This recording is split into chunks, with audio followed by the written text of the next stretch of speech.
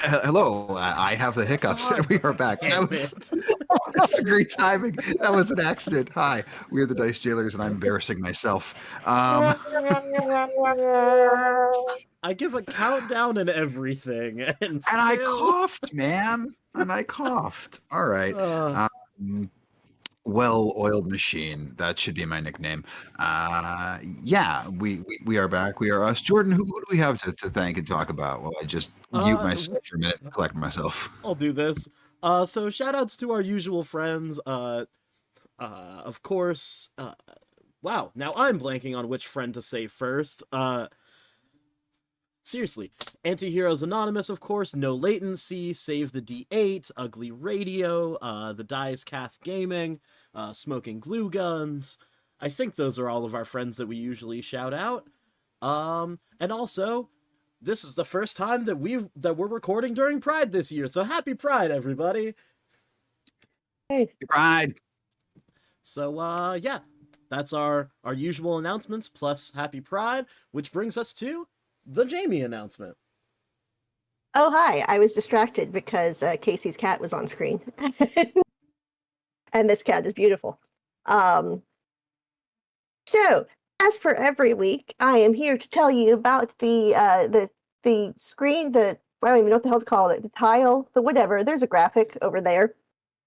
And it tells you about our Ko-fi.com page, which is where you could send us actual human monies for doing this. I don't know why you would want to. Maybe encourage us to improve. Maybe as a sort of like donation because of the various mental illnesses that are on display that you'd like to support in some way.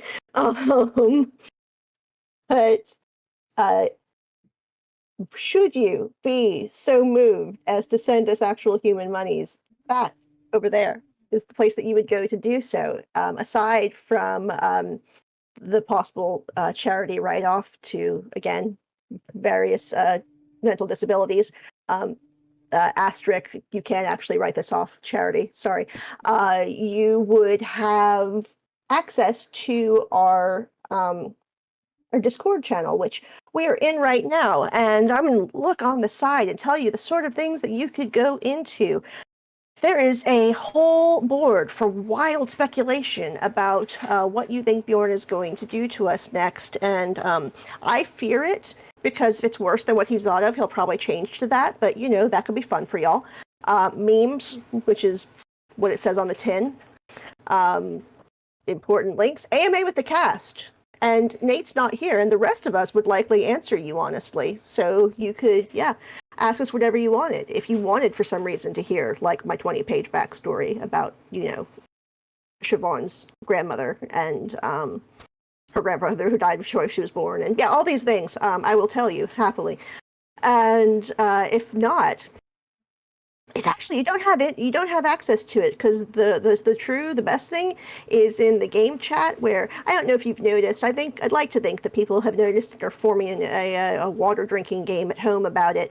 But you may, if you've been paying attention, see me burst into laughter, stifled laughter at various times throughout the recording, which have nothing to do with what's happening on screen. And 99 times out of 100, that is because Jordan has just sent me an inappropriate joke.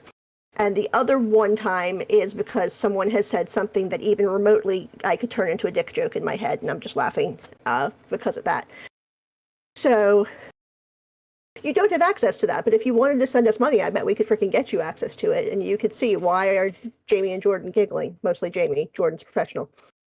So I too would like to say happy Pride to everyone. And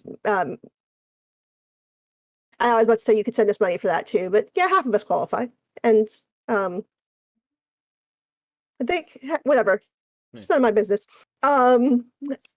Anyway, I'm petering out, and I think I actually miss being interrupted. I asked the guys not to, because it always throws me off, but then there was an excuse for being distracted, as opposed to just my brain doing that all by itself.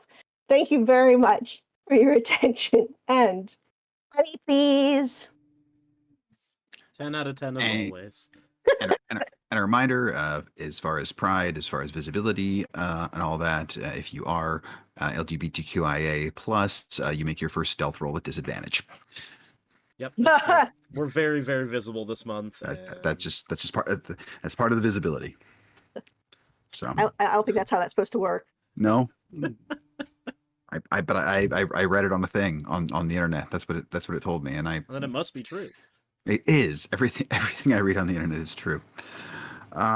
With all of that, you all are in the northern portion of the Whispering Wood, specifically at a location known as the Bank of Reflection, a place you had traveled to encounter a Dampier warlock by the name of Vovris Graham, an individual who knew the circumstances of the death of Kira's father, Tyree. Venturing out there, you were able to find your way there without too much trouble, and there was a bit of a standoff as Vovris was concerned with who might be seeking her out, as she is on the run from the Thanamirian Empire. Cooler heads prevailed, and she revealed to Kira what had happened. And Kira learned that in Tyree's demise, there were numerous individuals who were aware. The Dragonborn, white-scale Dragonborn you all had encountered previous, Erdrux being a former member of that crew. A mage who also traveled with that group, half-elf woman, I believe I said human before, she is a half-elf by the name of Iltrana Kaltolan, was also aware, and Castino Loro himself, who was also the one who delivered the fatal stab via one of his echoes to Tyree. The interesting thing about the way he was described, though, wielding a spear, so has been seen carrying this very large greatsword as part of his ensemble. Kira, understandably, swore himself to vengeance, to get retribution for his slain father and the lies that had been told to him throughout his life. But you all took a little time in the refuge of Vovris and were able to rest. Pohaku helped Reba find out what it was like to be like a drunk bee. And shortly after this, emotions and tempers raised between Pohaku and Siobhan, heads butting, and eventually the two went off in opposite directions, assumingly to calm their minds, and Vovris broke the awkward silence with offering some refreshments to everyone before everybody heads out. And that's kind of where we pick up, is on the later part of this morning, getting into midday. You kind of all had a chance to sort of catch your breath, have a little sustenance, and start making plans for your day going forward. So, yeah, what do you guys want to do?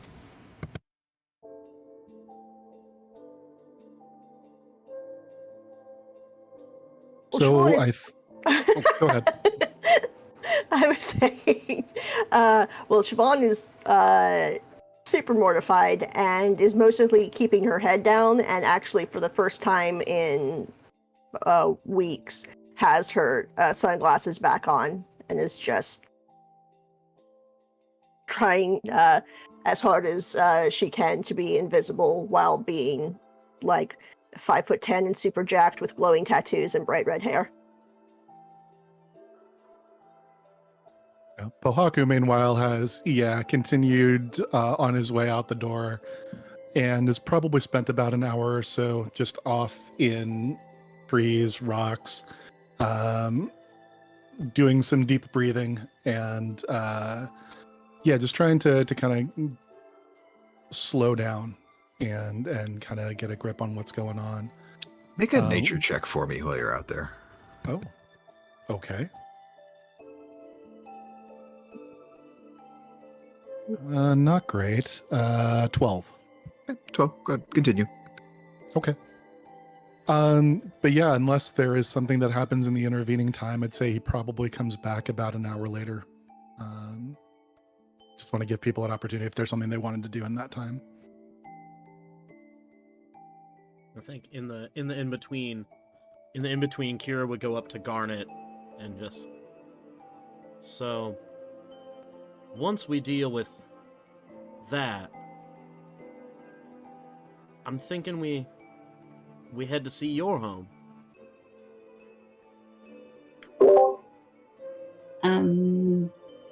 That'd be cool if that fits in the plan.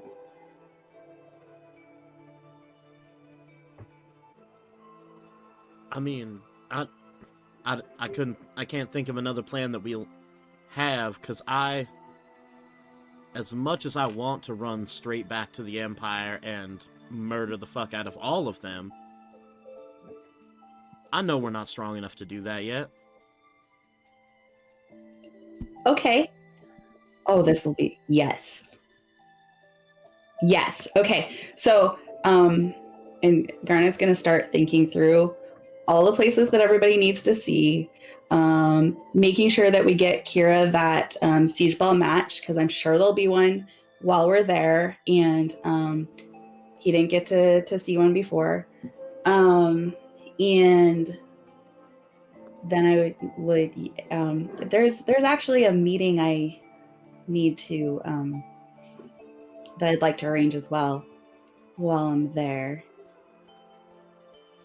So yeah, if that works in the plan, and if everyone else is okay with it, I'd love to take you. And on that comment, I have now pulled up the Siege Ball schedule in case you guys end up needing it. I've got win-loss records going on so far through the first 4 weeks. I think it just might be a good idea to be somewhere better. You know what I mean? I do. As crazy as this place is, this feels really safe from the Empire, and I'm not saying that We did get attacked there's almost lots of daily. these Girl aren't, but they're going to be more recognizable. So if someone's watching, they're going to know where we are.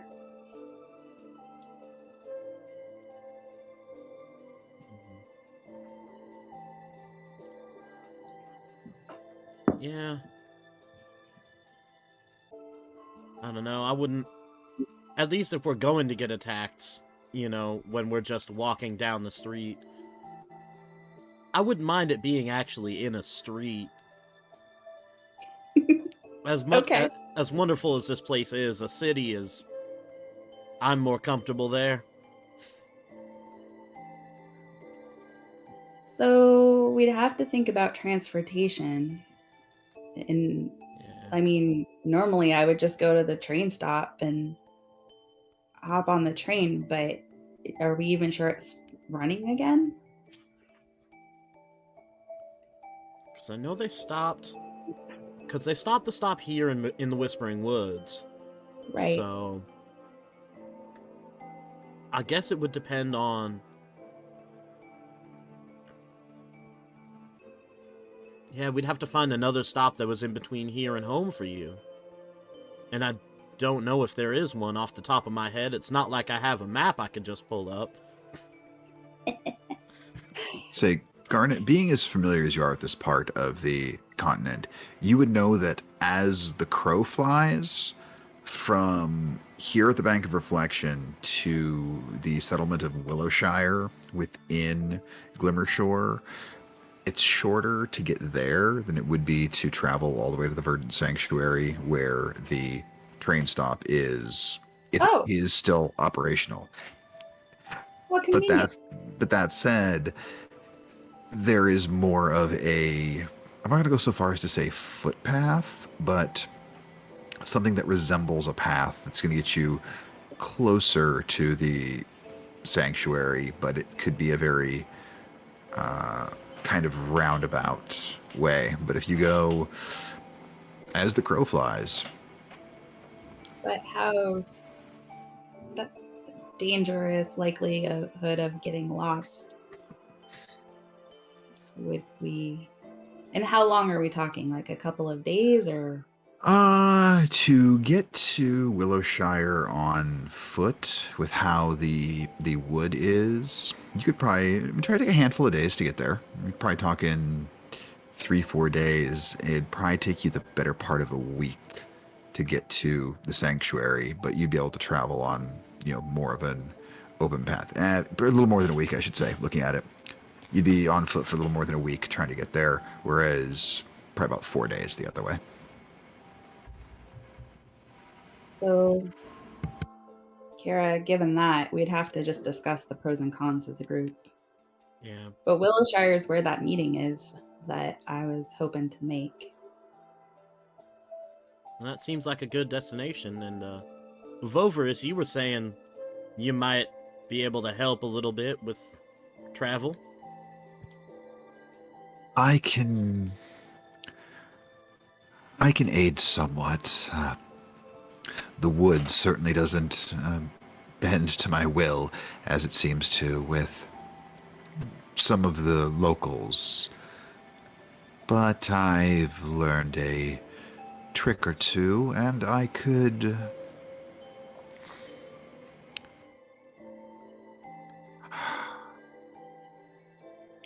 I have something I was considering saving for myself in an emergency, but I have other contingencies, and you all might need it more than I do.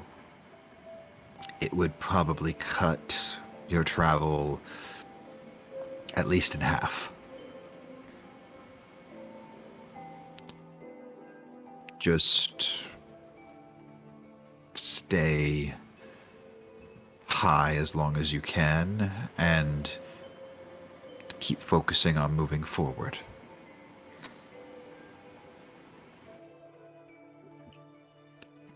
And she's going to turn to Reba. You've been a drunk bee. Have you ever been a cloud? Not yet.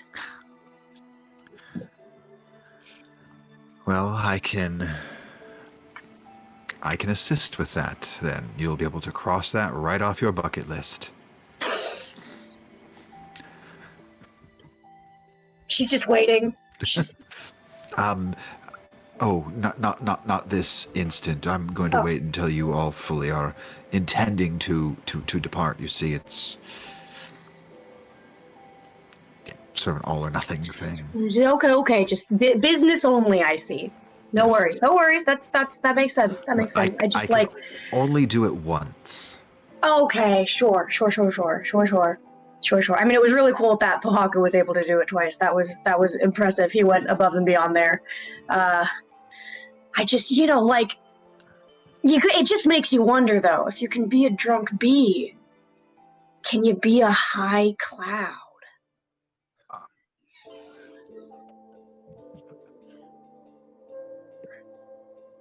Like, if I just float into some smoke or something, what's gonna happen, yeah? I'm not. When I say stay high, I'm not referring to an altered state of mind. Literal elevation. Yeah, I know. I can tell. Oh, okay. I'm saying literally stay above the trees so you can see where you're traveling. That also sounds lovely. Like, I'm a big fan of a vista. Good. This may work well for you, then. Okay. All right. I'll just wait. Should I prep with anything? Do I do any prep for this? What does it go into getting to be a cloud? I don't know, honestly. I've never done it. Really? Okay. So this is an experiment. No, I trust the individual I purchased the spell scroll from, but I've obviously not used it, or otherwise I wouldn't have it to use for you. I do have one other one that I will keep for myself, that if I need it in emergency, I'll be fine. Awesome. Yes. Makes sense. All right. Well, I'm looking forward to it. Thank you for being so generous with the scroll.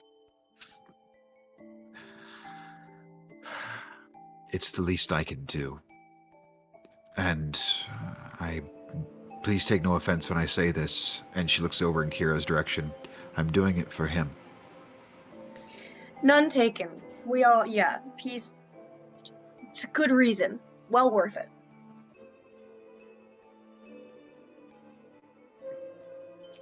For what it's worth, young man, I'm sorry. You didn't do anything. I know. But that doesn't mean I don't have sympathy for you.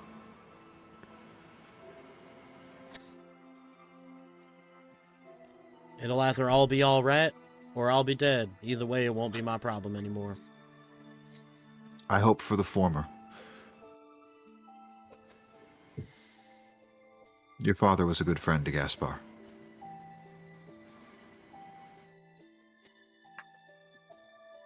You know, I'm almost...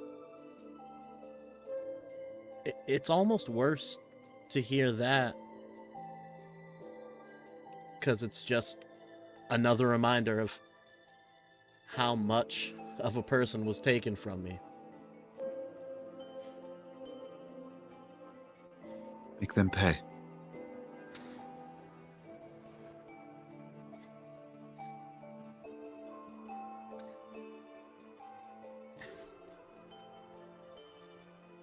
And she's going to extend a hand towards you, Kira. I'll reach out and shake her hand. Natural one. She fumbles what she was trying to slip to you without anybody noticing. Here.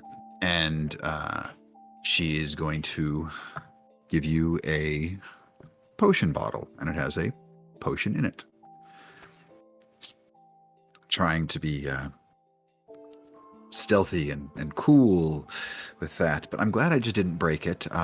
That's for you, and I'm going to go sit down over here embarrassed for a while, and when you all are ready to leave, I will turn you into clouds and hide my shame. Thank you. You are most welcome. And so, I should explain to you, that potion, when you need to, after you drink it, focus on something, and you'll find it a little easier to handle. It's a potion of advantage. So when you drink it, it lasts for 1 hour.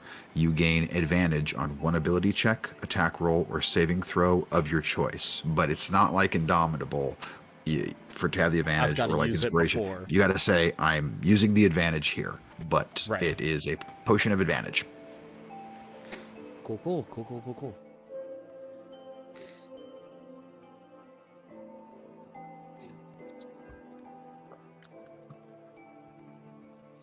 So, giant tree branch in the room. Should one of us go get Pohaku? Or do we want to just wait? Mannix will speak up. Oh, my dear boy. You don't find Pohaku. Pohaku finds you. At least that's what I've learned in my time here.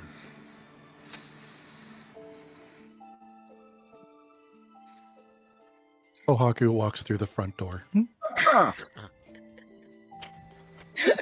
Feels appropriate. Next, just like, see? Yeah, that is uncanny. It's not always easy being right all the time, but here I am. You're welcome. Bill, while Nathan is gone, the least I can do is to prove Mannix right. You're not wrong. You're not wrong. Nathan, we love you, buddy. But yeah, Pohaku will walk in the room and kind of just looks around at everyone, kind of nods. Siobhan, would you mind coming outside with me for a moment? Yeah, right. Thanks. We'll be back in a bit. be right back. And yeah, he'll head on out, head on back out. Sorry, I need a prop.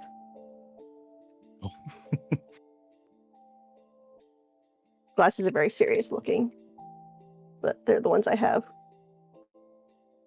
I just got new prescription glasses ordered. I'm looking forward to them. I'll have a whole new face soon. But I like Anyway. this one. Why are these crooked? But yeah, as they get outside of the kind of tunnel system, Pog will just look, just nearby, just kind of look for a little bit of privacy behind some, trees or boulders or whatever he can find there. And look over to Siobhan.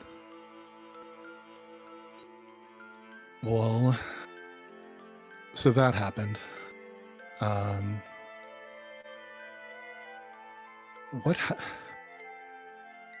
not even sure I know what happened. Are we okay? No. Like, literally never once. But, I owe you an apology because, I've been angry about something I now realize you didn't even know about, and that's my fault. My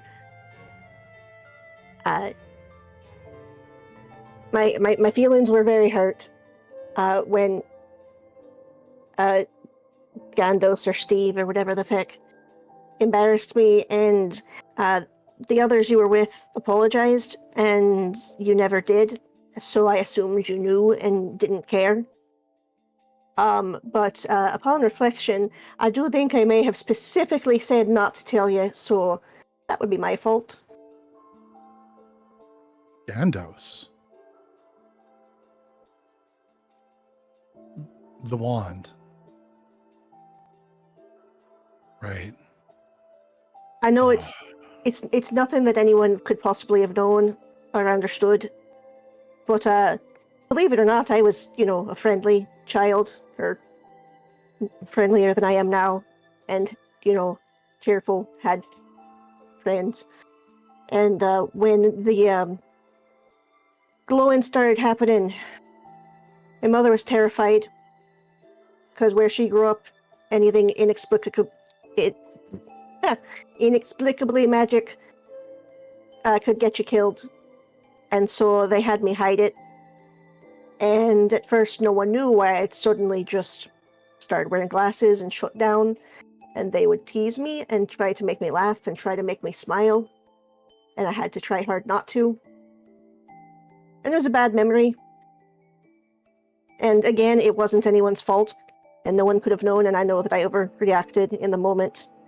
But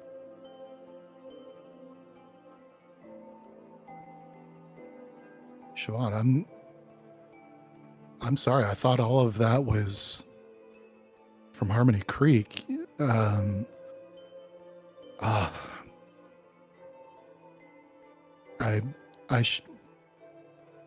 should have put that together. Let me say it now. I know it's weeks too late at this point, but I am sorry about that. It's, well, funny's the wrong word, but I mean, Gandos, he's not a wizard. He's a party magician. He's someone who tries to make people smile, and I guess that's why I kind of. But it's funny you mentioned what you were going through and when you were growing up.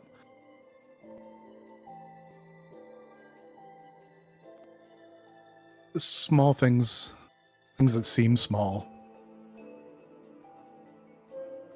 I get it. If you ever call me this, we might have to throw down. But when I was a kid, back with the branch mothers and with everyone there, I mean, you've seen them. I mean, they can do some really impressive stuff. And when I was a kid, I I couldn't. There were 5-year-olds that could do magic that I couldn't figure out. No matter how hard I tried, it just seemed to come innately to them, and I couldn't do it. And you know, my parents were at that point calling me Kamaha, and it means kind of burdened, weighed down, because they could tell. But I was always getting teased and picked on because I couldn't do magic the way everyone else could. And Kamaha became not just my name, became kind of a brand, and people can use that against you. It's good you waited till we left to tell me this.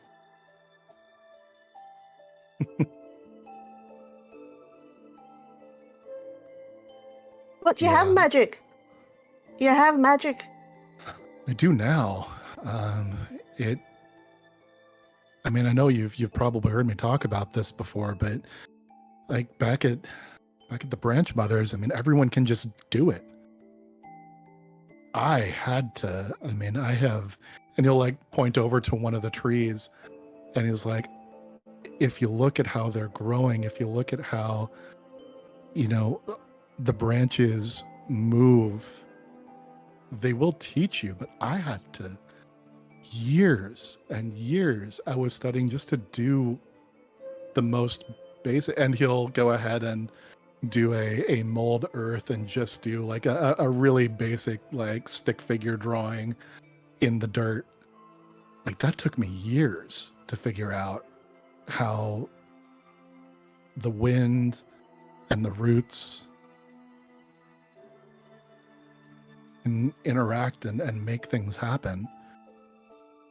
But that took a lot of time, and yeah, I've become pretty good at it. And that's when they gave me my new name, you know, Pohaku Kahu. He looks a little embarrassed right now. It's like, Pohaku Kahu, actually, it means Stone Guardian.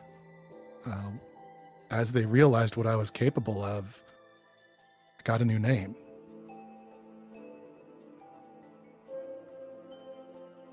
But it took a lot. And I think maybe going back now, I'm starting to maybe finally understand why that was. Knowing that I was apparently like you, adopted. But regardless of any childhood trauma I've experienced, thank you for telling me.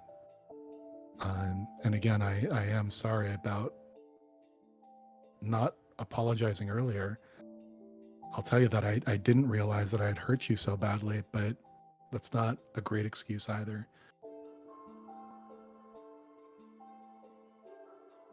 Thank you. Yeah. I'm sorry I've been a bit a dick about the fight. I was very surprised when you thought that's what it was, but then I've thought about it, and I think I've just been spiky in general. It's just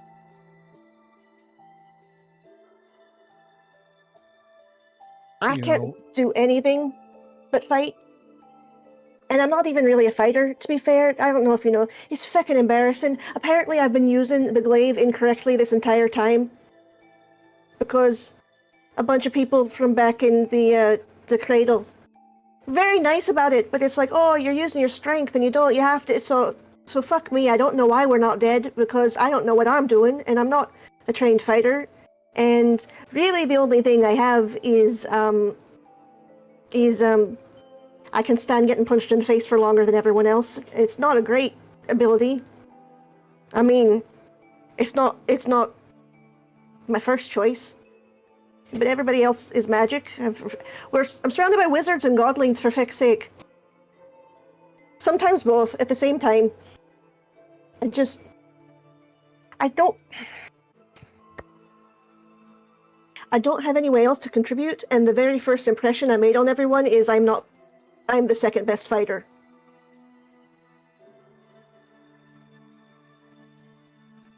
You know, funny you mentioned that. You know, when you an hour ago when everything was kind of blowing up there, you know, you called me a cheater in the moment, and Siobhan, you remember last night when I asked you to come watch my back as I was making that bed for Vovarus? The reason that I wanted you there is because you are the best fighter in this group, and there's no one I'd rather have watch my back in case shit goes down. Garnet and I are friends, and she's maybe my best friend. I made a promise to Halia to keep Kira safe. But when it comes to throwing shit down, you know, it wasn't that I was cheating, but my God, if I tried to go toe to toe with you, yeah, that's why I don't go toe to toe with you. No, I That's mean, no, I was here. I was being an arse. It's not cheating. It's not like I didn't, gestures at the tattoos, a call upon my feckin' ancestors, apparently, to be too angry to feel that I'm hurt. Oh, shite. Okay, well, I'm gonna have to unpack that later.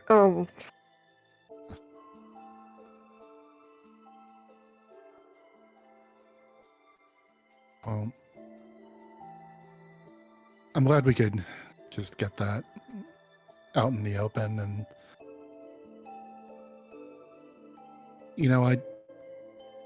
I'm not gonna pretend that we're suddenly gonna be best friends, but I feel like I get it a bit better now.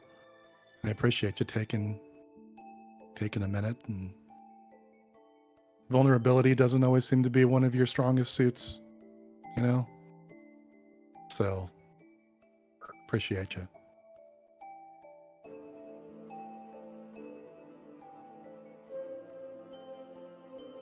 I had to lock everything down for a decade. I had to lock everything down and not show what I was feeling. And in the past month, I found out that apparently I didn't have to, ever. And I don't know what to do with that. And I don't know how to suddenly not be feckin' awkward. And I don't know how to suddenly have friends and talk to people, and it all...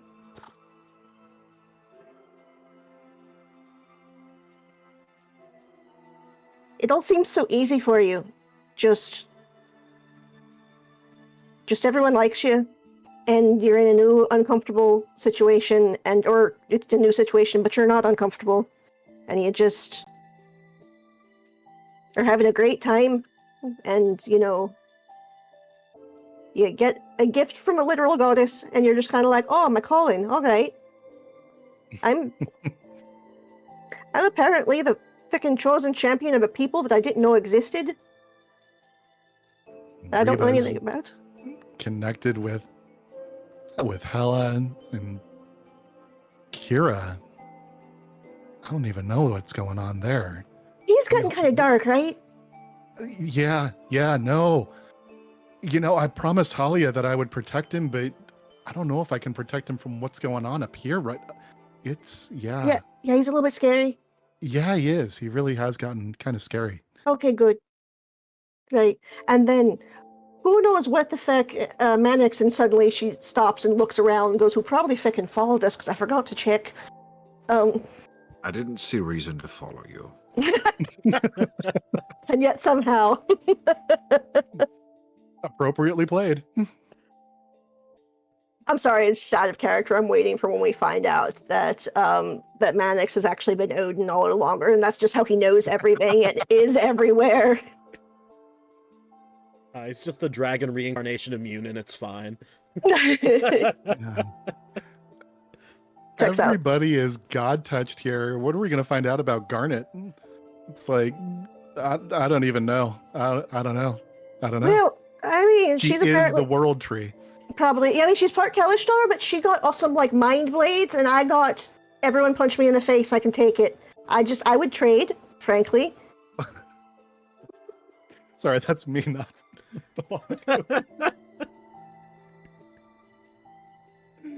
Uh, Yeah, no, sorry, it's a lot. It's a lot. These showed up. I never mentioned these in your gestures at the tattoos. They showed up one day. I woke up and I had them, and that was a bit startling. And I didn't know what the fuck they were, and no one knew, and no one could figure it out. And it was another reason for me mother to have a heart attack and imagine that the bastards were gonna bust down the door and take me away for terrible tests. I'm realizing right now that I have generational trauma as I say it out loud. But sorry, Bjorn, something that she just said Yeah. there. As soon as she talks about the tattoos just appearing, I realize they look different from my own. But as soon as she said that, Pohaku kind of starts and is very closely looking at her tattoos. Do they bear any sort of semblance to the tattoos that I receive? That I believe I received from Yord. There's no similarity in color, but as far as the way that the skin looks, where the tattoo itself is, the quality of the skin there is, they don't look the same, but there's a similarity to it. There's a similar quality, like of the ones that when you wake up and they're there, not the ones that you obviously self-apply. Mm-hmm. You looking at it closely and looking close enough, the similarity is not so close that you're going, oh my god, how did I never notice this before? But you're able to see some similar qualities to how the skin looks a little different where the tattoo is, and possibly because of how vibrantly colored they are, it never clicked to you that there might be something similar. But yeah, looking at it, you can see there's something about it that it associates in your mind. So yeah, Shaman, as you're kind of relaying that story, Bawagu kind of startles for a moment, and he kind of holds out his left forearm, and almost like right in the elbow, like the front side of the elbow, the sensitive part, there is a tattoo inscribed there. And he kind of holds out his arm and shows it to you. This is the first one that I got from Yord.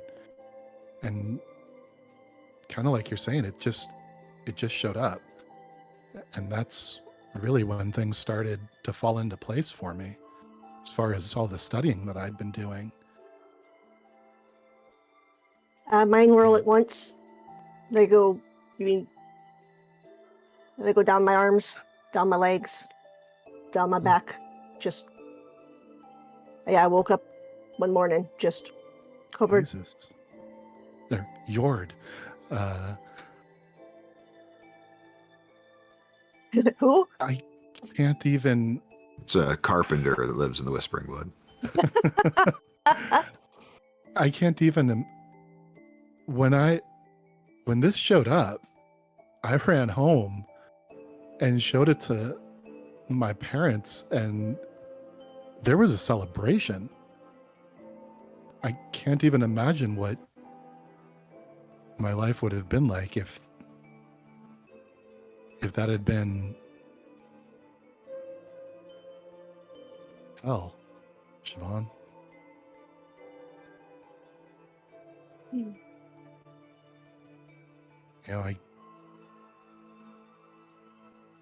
I guess I don't know, but you mentioned that it's every time we go somewhere, and no matter what the news is, I'm always excited, and I guess it's just because that's always what I'd seen.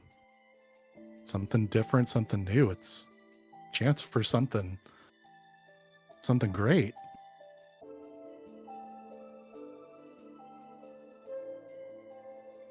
That's not the experience you had.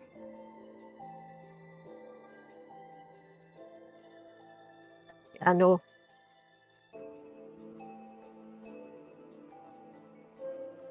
Well, wow. You know, had a chance, so walked away to kind of catch my breath and rest for a little bit there and kind of meditate for a bit.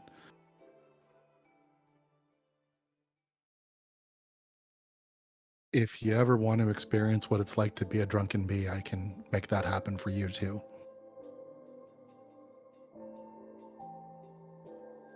Something new.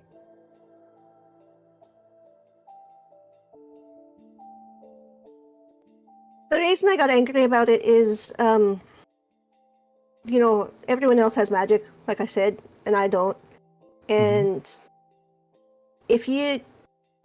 I don't understand quite how it works, but I know you can only do so much in a given day. Sort of like I can only get punched in the face so many times in a given day before I fall over. And it's just, when you're not doing these big, amazing spells, I'm just getting punched in the face that much longer, and I resent that a little bit.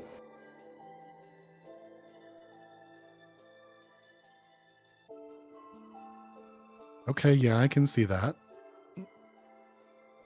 Huh. And I suppose if I was the one constantly getting punched in the face, I'd probably want the fight to end faster too. I guess it's just somebody says something and I want to kind of see how it works. I don't want to spend every day preparing for just the next fight, but I don't want you getting constantly punched in the face any more than you have to. Only as much as you have to, should you be Right. punched in the face. Right, yeah, just, a moderate amount. I can't prepare for anything else. I'm not good at anything else. I can't do the talking, obviously. I can't, charm our way in any place. I'm not smart. I'm not sneaky. So, yeah, my contribution is get punched in the face. Try to stop other people from getting punched in the face because I can take it for longer. I was about to say you can't kill an Irishman. There's no fucking Irishman. You can't kill a halfling by punching him in the head. I'm not a fucking halfling, but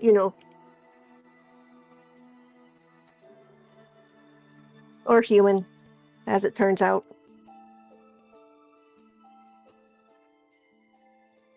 Well,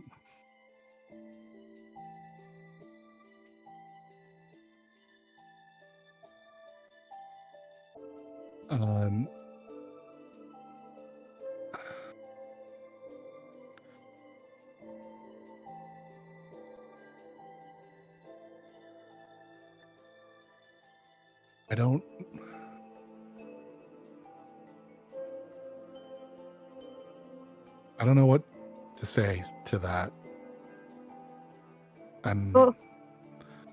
Oh, nothing. I'm sorry. I'm feeling sorry for myself. It's, I don't like, realizing that I've acted, badly.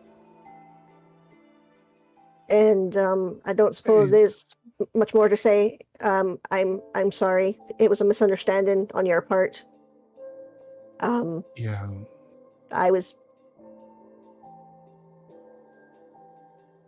I suppose I wasn't jealous about the fight, but I was jealous in general. And, it's not your fault.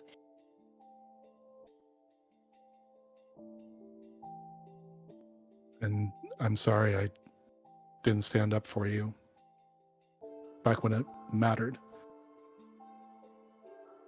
I'm not going to promise you I'm not going to use magic first thing in the morning.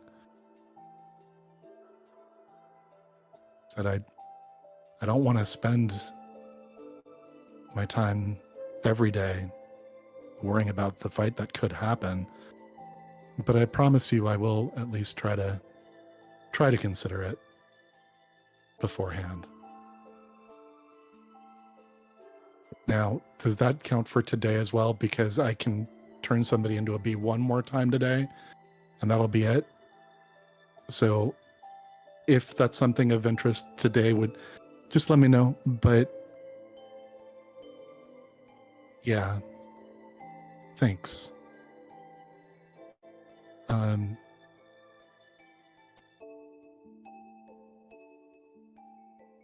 It might be weird if we like walk in together, like hand in hand. Do you want to go first, or should I? I think we should walk in together hand in hand. We should have That friendship works too. bracelets. And flowers braided in our hair. He casts Druidcraft and creates a crown of flowers, and then he actually he holds it out, takes it back for a moment before you take it, kind of throws it behind him. What's your favorite flower? Oh, I like cornflowers. The little blue ones. I don't know if they grow here. New crown of cornflowers. I bend down so you can reach because I am much taller than you. That's fair. We always forget because in real life, Phoenix is like a foot plus taller than me. Yeah, having to me having to reach up to do anything with another person just doesn't happen, Cannot relate. and it's really weird when it does. Yeah. You're like, oh, literal Sorry. giant, cool. Sorry. Total side note here. Yes, I am 6'5". I don't run into many people that are like significantly taller than me, and I'm sure this is something that all of you average height people have dealt with before, like maybe when you're talking to me. But like when I actually have to like specifically look up to somebody, it is the weirdest damn feeling. Like I am so not used to it. It feels so strange to like do this when I'm talking to somebody. Yeah, them look up muscles, you got to fucking atrophied at this point. Oh my god, it's the weirdest thing. It is so uncomfortable when I have it.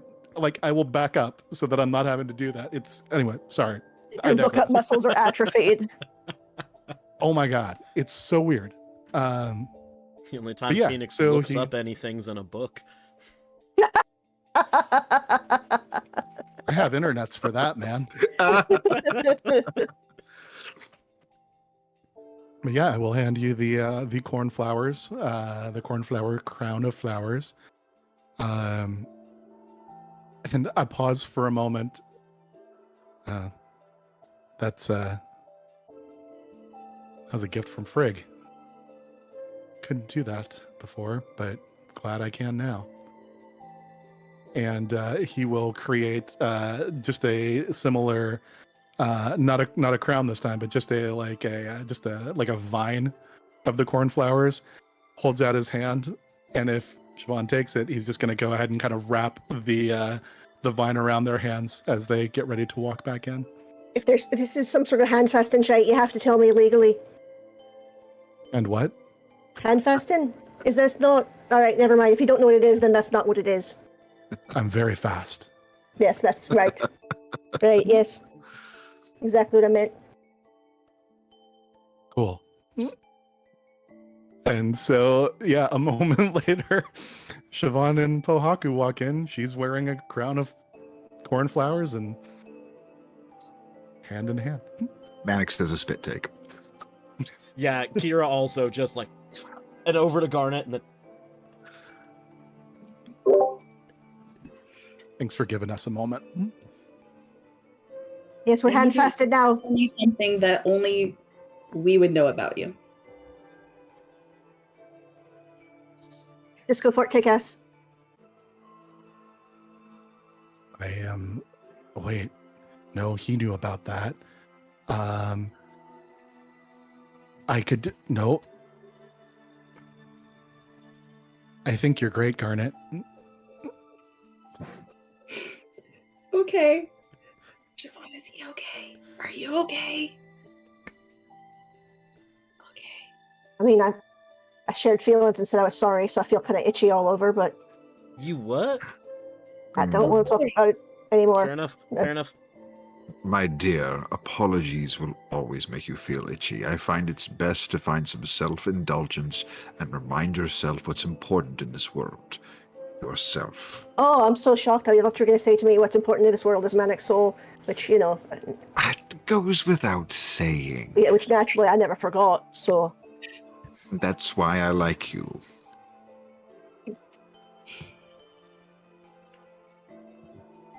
Ohaku will mold earth of just on the ground in front of Manix.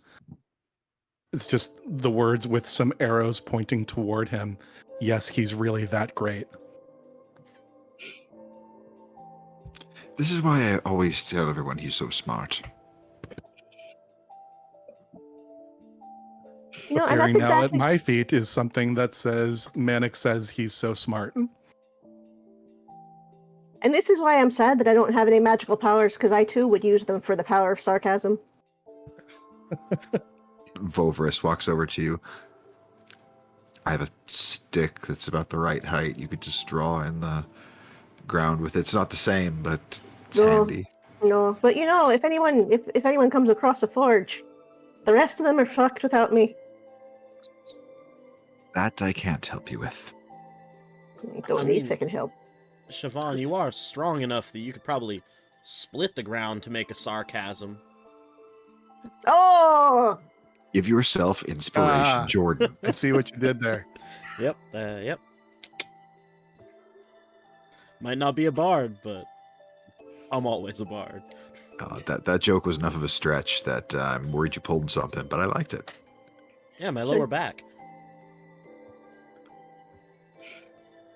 I say I might be barred, but I can still, you know, do cutting words or All I got is vicious mockery.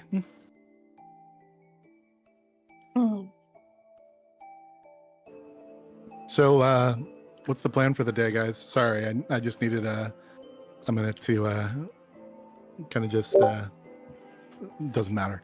yeah, What are we right. doing? Sorry to slow down the proceedings for the day. So Don't apologize. how the fuck? Oh, sorry. Sorry Go about ahead. that. Just saying, don't apologize. It sounds like whatever needed to happen happened. So Like me flowers. it's very pretty. It's my favorite. So, alright, I heard you talking. So Gizmopolis, is it? Well, what do y'all think? Wait, we're going to your house? Yeah. Well, at least Dad's shop. What shop? My dad has a gem shop. Oh, He's a crafter.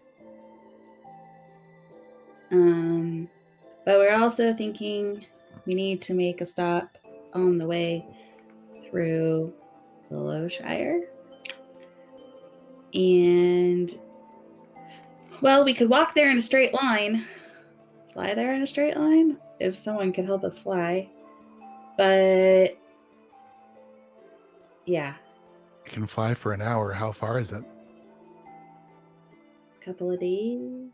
Oh, I can't fly that long. But yeah. isn't it if we, meaning no offense, but of my understanding, if we get split up, it might be very hard to find one another. Oh, right. We're still in the forest. Pardon me. Yeah. We are. The woods are just trees. The trees are just wood. And if you get separated, we're all fucked. Yeah. I heard those were Sondheim's original lyrics. I would say lesser known original lyrics. It's I the mean, demo.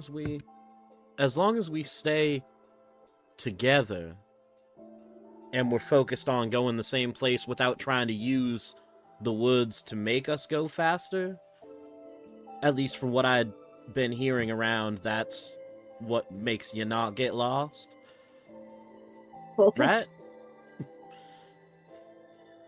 I mean, yeah, you just don't want to let your mind wander. And it's just tricky when people have, I can say, that tree, and I'm thinking of one tree, but you're thinking of another tree. And even though the trees are like, you just have to be real careful.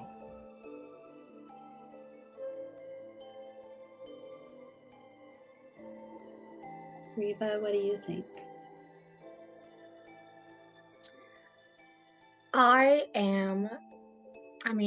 I'm very happy to go to Gizmotholis. I wish I had a way to help out with transport. But I'm ready to head out when you all are. I've very much enjoyed it here, but I know that we are needed elsewhere.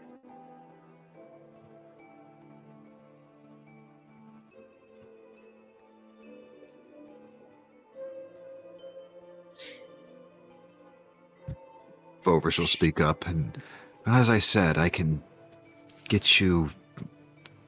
Well, you'll get yourselves there, but I can help aid your travel, at least for the first day. I think that would be very appreciated. Yeah, any help we can get. My pleasure. Haven't had good company in a while. Haven't had bad company in a while. Yeah, let's see. Might not be able to tell the difference. I take what I can get. How'd you sleep last night? Fairly soundly. I'm so glad to hear that.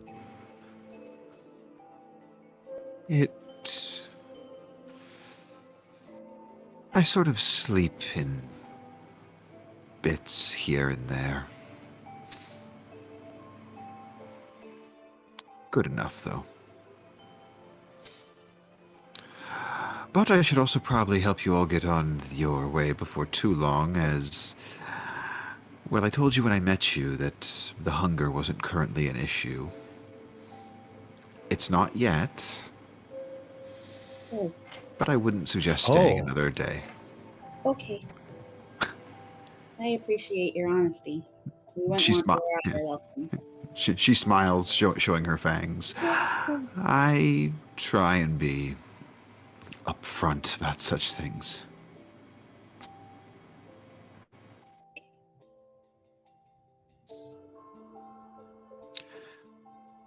Most people don't receive being fed from without a bit of a conversation that well.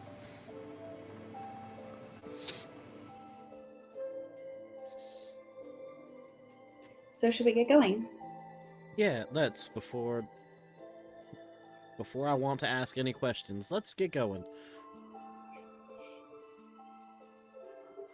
And so as you all find yourself gathering outside of the opening in the ground that is an entrance to her, I'm not going to say home, but just safe house, I guess, for lack of a better term. Say, well, I do wish you all the safest travel possible.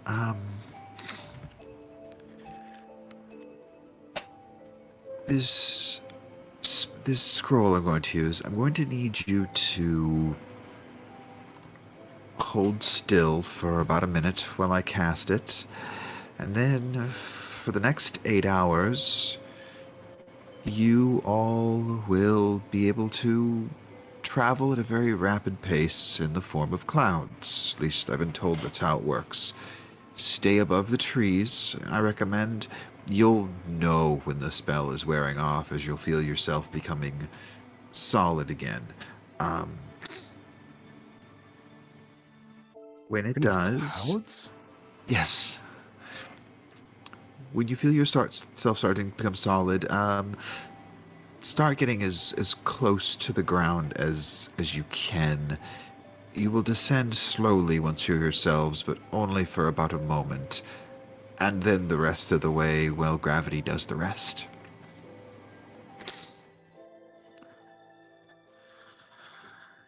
Well, it should be dark in 8 hours, so it won't be as obvious that we're. Exactly. Well, until we see each other again, if we see each other again. She will begin reading from the scroll. Then after a minute, you find all of yourselves turning into this gaseous form rising up. You see that she does as well, letting the spell take her, and you watch her cloud form just go back down into her hovel, and you all begin taking off southward, high above the Whispering Wood. And as you fly through the air faster than you've ever moved before, after some time traveling, you suddenly start to see a coastline far, far beyond where you are, and you can see where the Whispering Wood it comes to an end, and just sort of the grasslands and forests of Glimmershore lie beyond that. Somebody go ahead and roll either a perception or survival check for me on this. We're going to see where you end up. Ooh, not me. I could do either. Let me see. How about I do perception because I get advantage on that. You sure do. Lovely. Alrighty.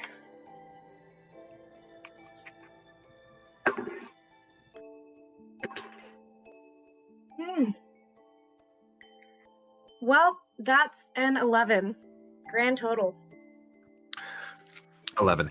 As you're traveling along, Reba, you kind of take point on this, and the rest of you are following this one cloud ahead of you. And the one thing you didn't think to take account for, Reba, and it doesn't occur to you until it begins to happen, is the wind.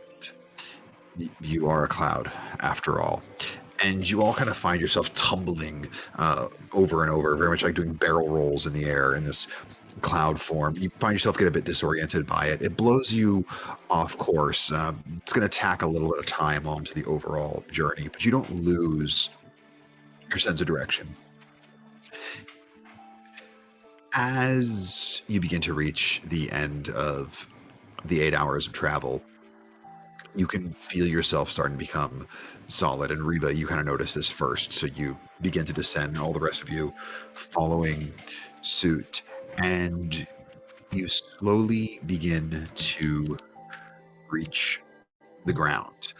You becoming fully solid mere moments before you actually touch down the ground itself, kind of feather falling the last 30 feet or so, and you are in.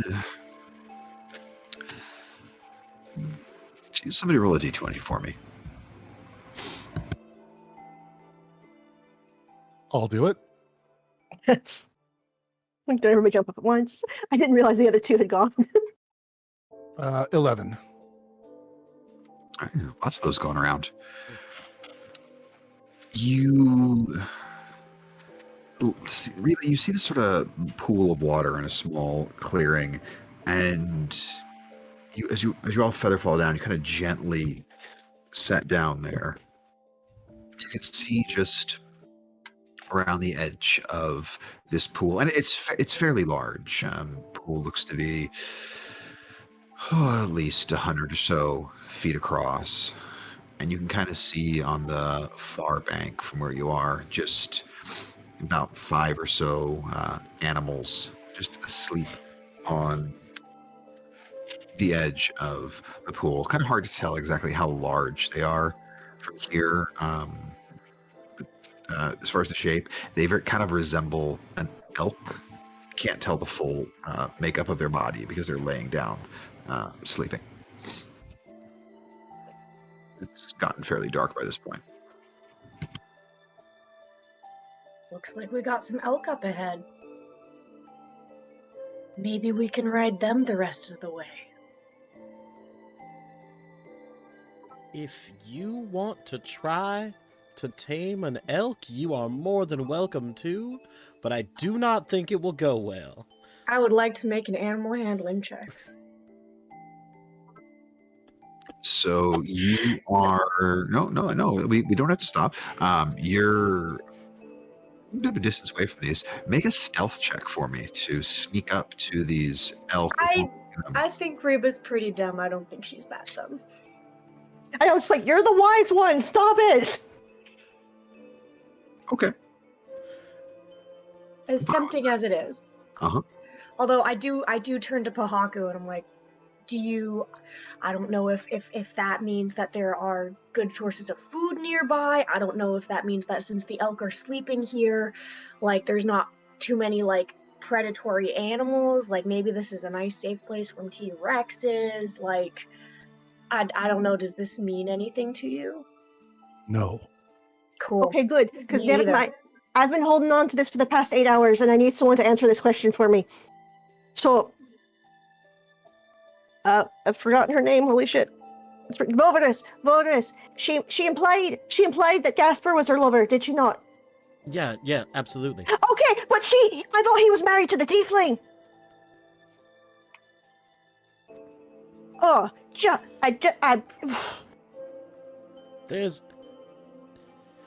There's been enough that I just don't ask. I don't want to ask questions anymore about anything ever. It occurred to me like right after we changed. I've been sitting on this for the entire time. I want to make sure. Did I hear that wrong? And I've been having to yeah. Oh. She was she was nice enough, but dead.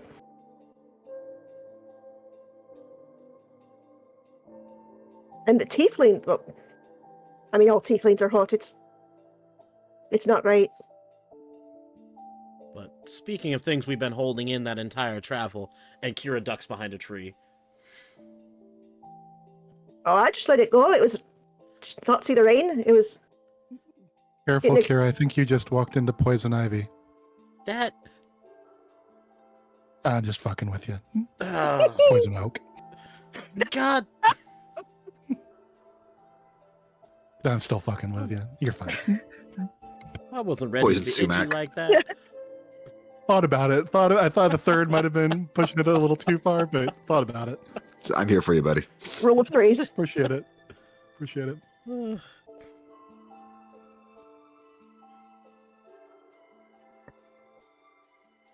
All right, so I'm there's. kind of set up camp then, if it's dark, yeah. I'm surprisingly tired from being, vapor. Probably burned a lot of calories.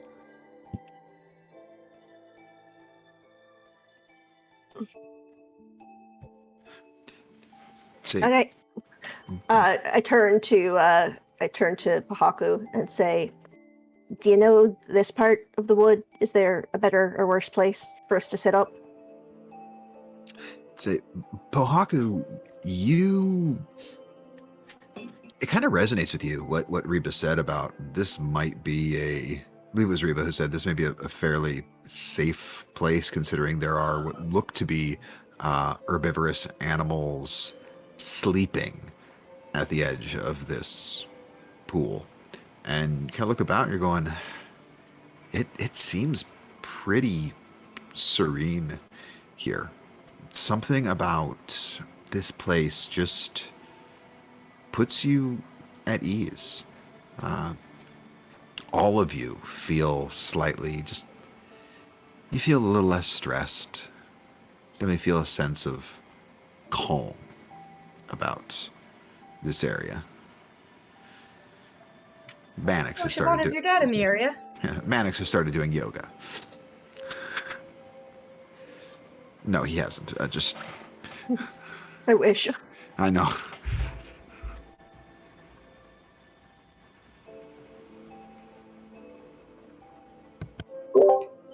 Garnet's gonna call forth her unseen servant once we've decided where we're going to have camp and have them start helping set up camp and cook dinner and stuff. I forgot you had that. Me Yeah. too. Should definitely not tell me, because then I'd be like, "What the heck is happening here?" You start to Oh. see like canvas and ropes just start to kind of float around, setting themselves up.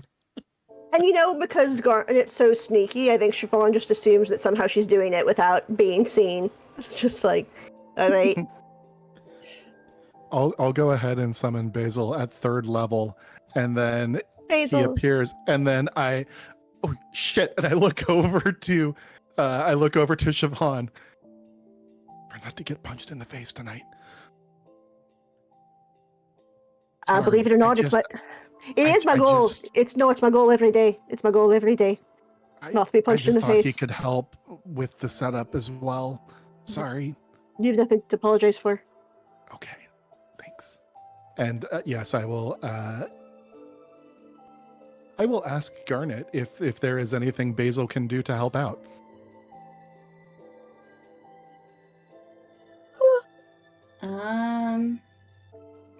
We probably still want to keep a low profile. So, but is there any harm in like having a cooking fire around here? I think it'll be okay. Okay. Then maybe, because Basil can go a little bit farther away from me than the unseen servant can, so maybe if there are supplies to build the fire further away. Yeah, of course. Hey, Basil, you hear that? You're going firewood gathering, all right? We'll be here. Basil nods and gives double thumbs up.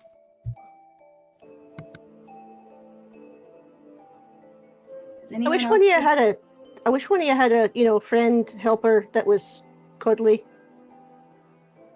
Umbani poofs up on my shoulder.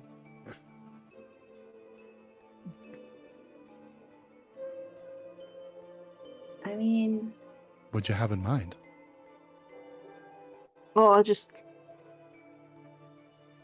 If I was home, I'd go, throw myself down among the corgis.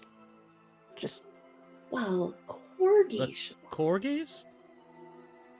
Did I not? My brother, Connor, as a trainer. You mean we were in town with your family, and this whole time there was... Alright. So we were off at the fancy hotel. You do see Pohaku sit down and start spreading some incense around himself. I think nothing of it. Like, who knows what you're doing at any given time? I say, yeah, and I'm not, because believe it or not, in an unusual turn of events for me, I have not named all of the corgis that my brother trained. Yet, though that is certainly happening. Siobhan, give me a perception check. In the time of this perception check, if you were to donate on our Ko-fi, you could name one of those corgis. There you go. It's terrible. It's an 8. Hey, all right, go ahead and continue. This hold on. I'm gonna put this die in jail. Where it belongs, because that's what we do. Yeah, because I have a feeling I might have found a corgi if it wasn't for that, and now I'm pissed. The old weird corgi. I don't know what lives in these woods. Not a corgi. Not a corgi. Oh, good.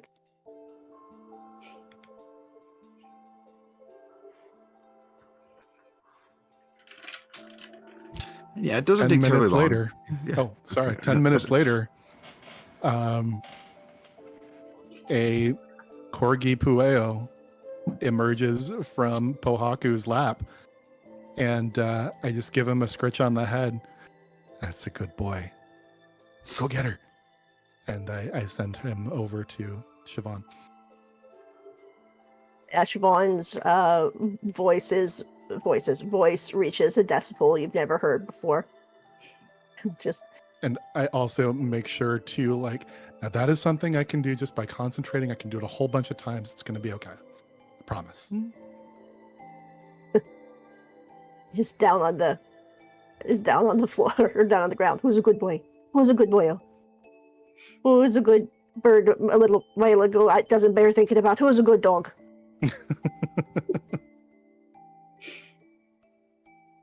It's my new motto in life, I think. It doesn't bear thinking about. Just And it doesn't take long for you guys to get camp set up, a small fire going, and a little food being cooked. Before we get to who's doing which watch, is there anything anybody wants to do for this evening? How far from Willowshire do we estimate that we are? You find yourself kind of looking about. Garnet just kind of looking at the vegetation, trying to see what you can see beyond and through the trees. And it doesn't end up being anything that you can see so much as something you hear. As you can tell just off to the east, you can hear the sound of waves hitting the beach, or where the shore is. And you're going, okay. With what I saw when we were coming down, if we're that close to the shore, you think you're probably, if traveling is good, you're probably a day from Willowshire. Maybe a day and a half, but as long as you keep heading the right way, you think you can be out of the Whispering Wood tomorrow.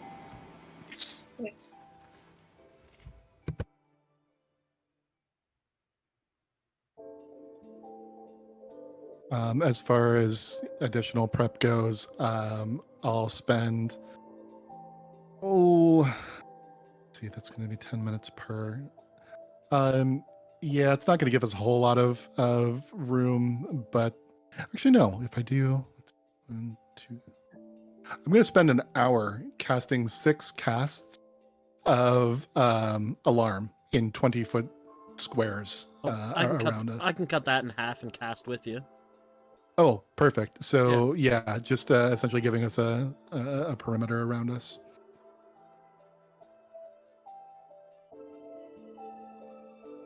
Alrighty, and so as day turns to night, are you guys all just gonna rest, or is anybody gonna take watch? You gonna let familiars take care of that? Just let the alarm do it? What's the plan?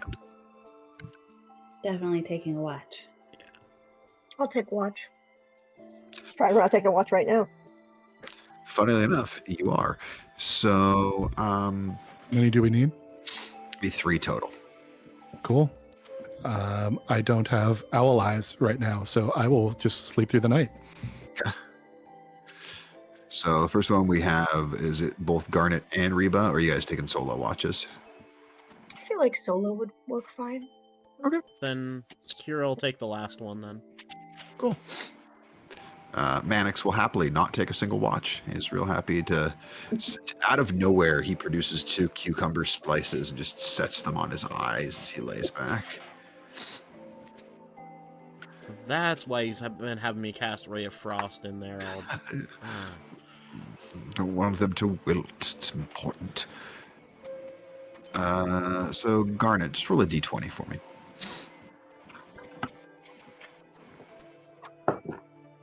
16. 16. As the night presses on, you let your compatriots get to sleep, and again, by this pool, it is just so incredibly peaceful and relaxing. And for the first time in a bit, everything seems, I'm not going to go so far as say right with the world, but there's no sense of impending danger. You're able to see the sky a bit just through some of the breaks in the canopy of the trees. It's a sky you very much recognize. Stars seem to be where they should be. Crash of the waves to the east. You know that a little north of here, a little northeast of here, is the outpost of Cinderwatch. Job, everybody there is literally just watch for dragons, and if they see them, basically light the beacons.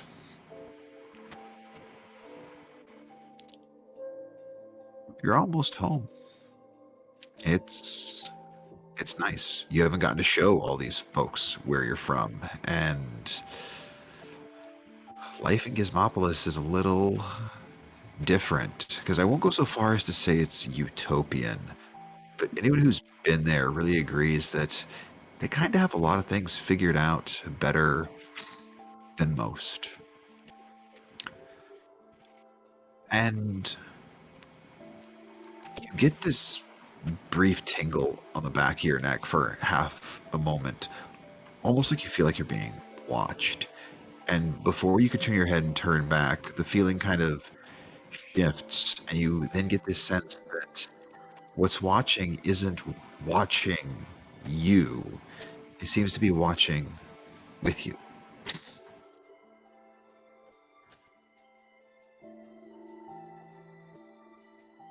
But you don't feel like you're alone.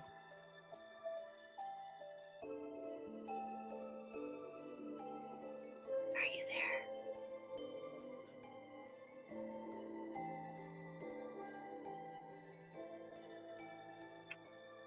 Maybe. What are you looking at?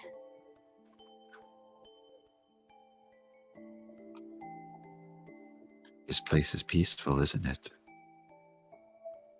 It is. Unnaturally so?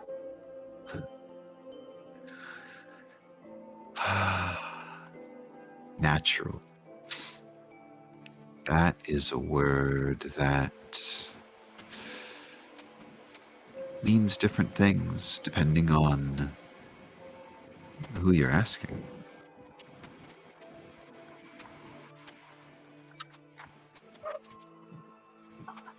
Are you doing this?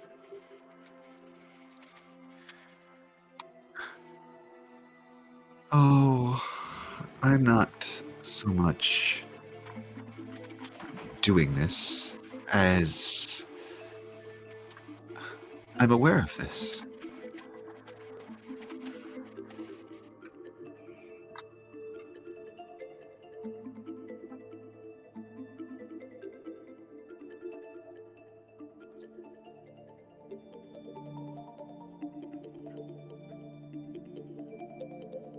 How are you aware of this? Oh, I'm aware of most things. I watch, I observe, I listen. I like to listen. But mostly I observe. Well, we observe.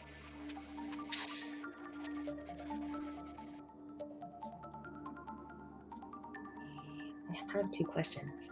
You can choose which order in which to answer them. Who's we? And can you just observe this place, or have you been observing for a while?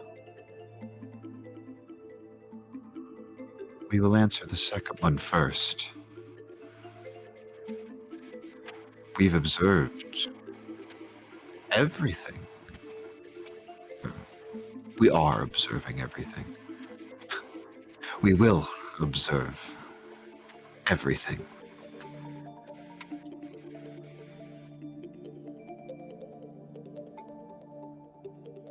We are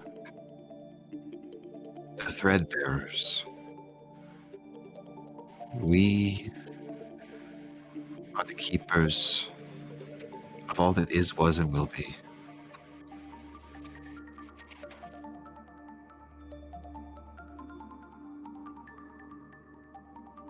Threadbearers. Like fate?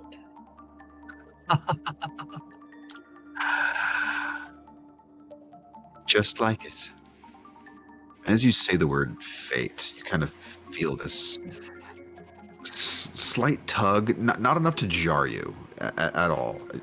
And you look down at your left hand, and you can just see sort of this like spectral thread coming off of it and then just going into the pool.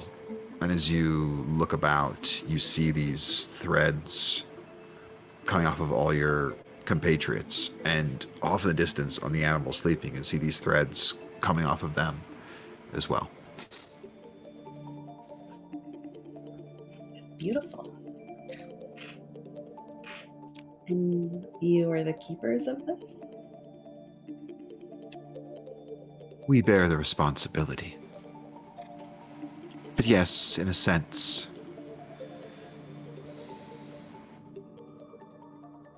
Is this place special? Why do I feel you right now? another voice will speak up, different than the first, sounds older. There are places in this world, your world, that are... I won't go so far as to say blessed, but different. Places that have been touched either by the gods or by the world itself, the world's own essence, strength, which you and your type might think of or call magic. And sometimes you will find great turbulence and violence in these places, and sometimes you get a place like this, where things are wonderfully serene. We sometimes like to just look and observe, and if I'm being honest, observation in serenity is far preferable than observation in violence. After all, if things are violent, there are cut threads we need to tend to.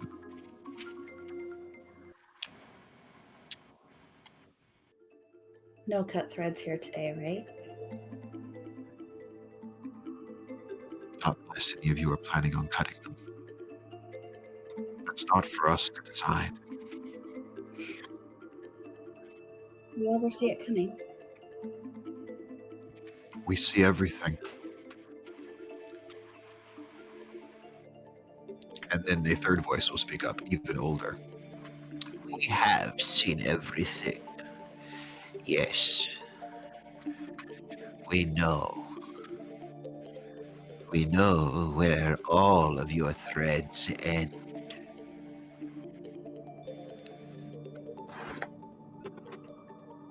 And the second voice speaks, but it matters not where your threads end.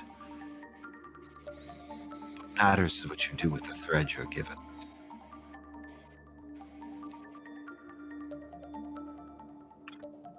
Do the threads ever get tangled and tied up in knots?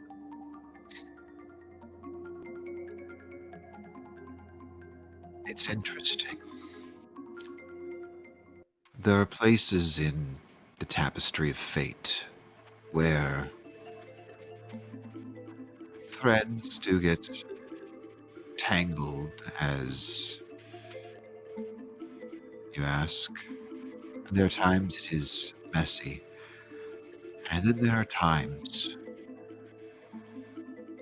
where threads become intertwined like a braid, supporting and enhancing each other.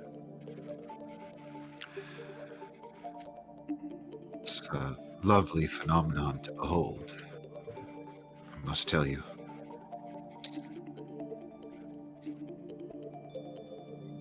Garnet takes an extra close look at all the threads coming off of our group. Make a perception check.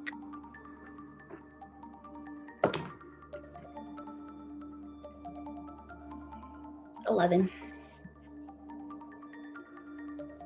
The light with which they shimmer against the moon glowing off of this incredibly still reflective pool, it's hard to see where any of them cross, or if they do, how they do, because where you all are lying, there's a bit of separation in it, so you can't really see how any of them are related to each other.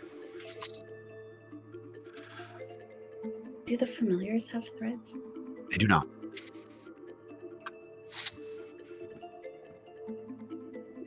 It makes her feel a little bit better, but also a little sad.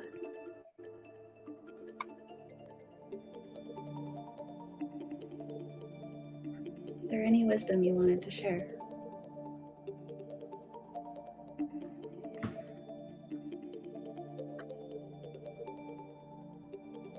Not at this time. It was just a... Well, it was interesting that you were able to feel us. That is rare. Perhaps it's this location, perhaps it's you. That's for you to find out.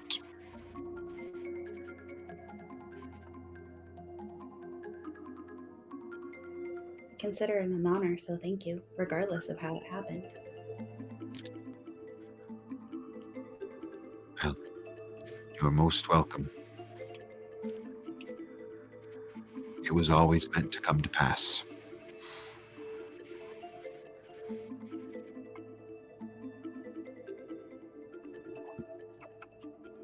Garnet's gonna look around too. Is there any extra threads around? Or does everything like seem to have a origination point or Make an investigation check.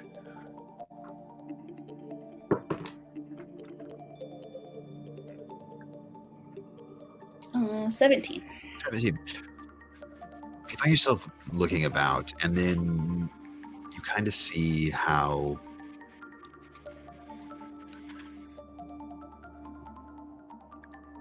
you see a couple more threads, and then a few more after that, and then all of a sudden they start to come into clarity, and you can see countless amounts of them heading in every direction possible, some of them moving slightly, letting you know whatever it's tethered to is obviously awake in movement. There's some that go upwards, flying creatures of sorts, and then you realize that in this moment, this pool no longer appears to be made of water, but of the conglomeration of all these threads, like a nucleus of a cell, and everything else growing up and out of it. And in this moment, the light shimmering off of it is just brilliant to behold.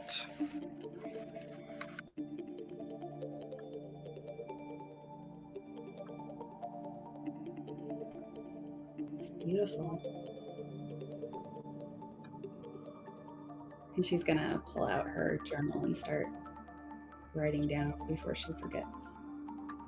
As you start writing, you pick up your journal, you begin to write, and then you immediately, you have that motion where your kind of heads drop, and you realize you were starting to fall asleep, and you come to, and you're looking about, and there's this still pool there, your journal sitting down beside you, and then you pick it up, still remembering everything that happened, but then left with this sense of wonder. Did I dream that? Or did it happen? Looking at your hand, feeling where you saw the thread connect, and just looking back to the pool, and you go to your journal and you're able to write down, and you remember in great detail the whole experience.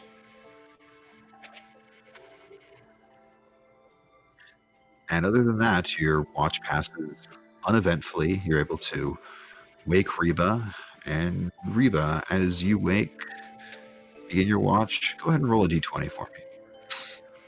Garnet will tell her. I'm pretty sure I did my job and stayed awake the whole time. But maybe like splash your face with water, because this place will put you to sleep real fast.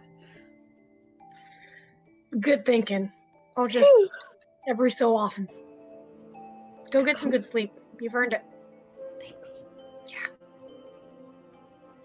Reba rolled a 7 on the D20. Great.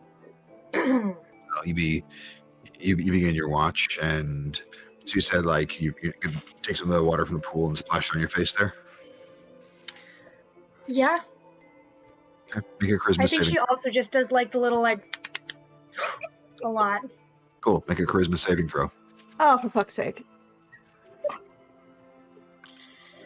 Okie dokie. 16. 16. Very refreshing. You can in fact give yourself 4 temporary hit points, Oh, yay. and you just feel yourself. I mean, not like buzzing cafe, but as you do it, you just feel very refreshed and alert, and you may re-roll that d20. Sweet. How's a nat 1 do? Not bad, because you get to keep the previous result. You get to keep whichever result was higher. Good. Can I just splash my face again? You can, but it will have no other results. Okay. Temporary hit points don't stack. Correct. The night seems to be mostly uneventful, and then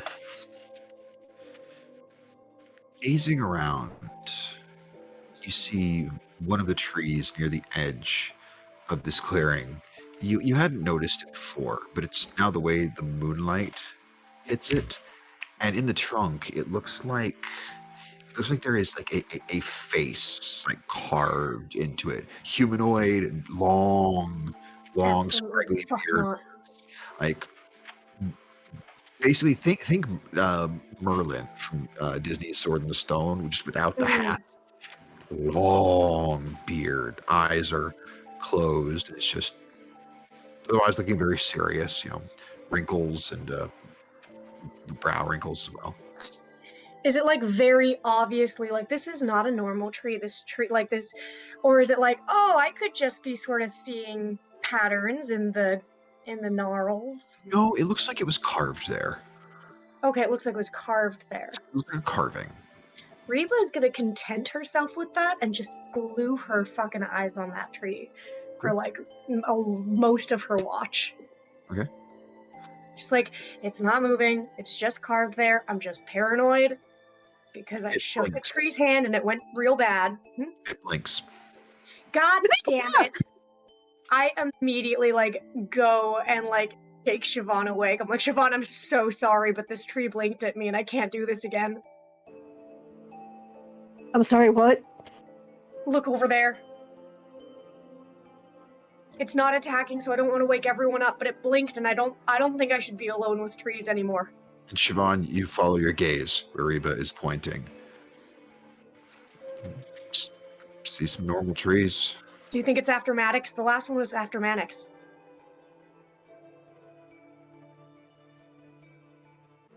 Which one's the shifty one? Does it look normal to me now, or does it still? Sure does. No. Do I remember which tree was the shifty one? Make a perception check.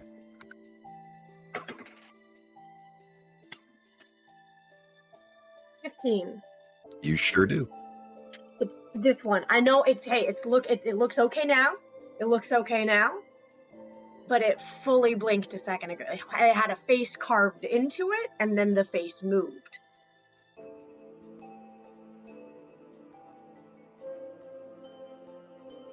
You don't by any chance have any liquor that you're holding out on the rest of us? Nah, not this time. Alright. Can we I don't know, use it for firewood? Do you know if I don't like it. No, please ask me more. I'm very wise in the ways of trees.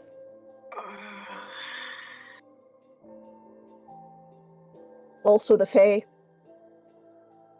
Alright, how about I'll sit up with you, Hmm.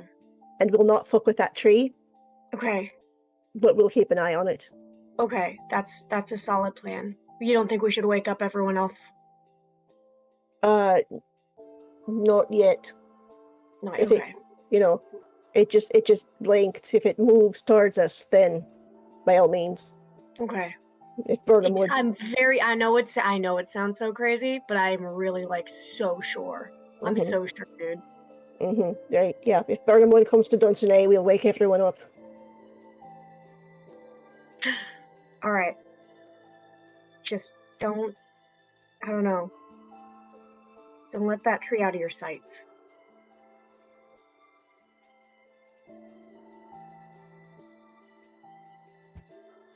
And the rest of the watch goes by uneventfully. Who is taking the last watch? All right, so you all wake up Kira, and do you all mention anything about any of the previous watches to him? Kira, a tree blinked, and oh yes, Garnet gave me the warning that you might get tired, and it feels so good to splash water on your face. Like if you even just get a little bit like drowsy, get some of that water on your face. It feels amazing. It's really refreshing. But don't take your eyes off of that motherfucker. And I point out the tree. And so in Kira's head, I go, right, so I've reason to believe that the water is hallucinogenic, and perhaps not to take it while you're on watch. I'll think back. Yeah. Good looking out. Yeah, she And I'll also say has out to. loud. I'll say out loud. Reba, did Pohaku wake up and turn you into a drunk bee again? No, not this time. No. This one was really, I know it sounds silly. I know it sounds silly, but like, here's the thing. I underestimated a tree before, and I'm not going to do it again. And both times were real. Both times the tree that was supposed to just be a tree had a face, right? The first time it was a face, it was like a whole other fey being that was after Mannix. This time it looked like it was carved into the tree, and I was like, oh great, a carving, okay, that's fine. And then it blinked, and carvings don't blink. So don't take your eyes off of that motherfucker. Do not underestimate trees. You learn from my mistakes. Do not shake its hand. Do not. Just be careful. Can do. Grand. She has tree-related trauma that I have reason to believe will get better once we get out of the woods. This is in his head. Yeah. Yeah, we really need to get back to a real city.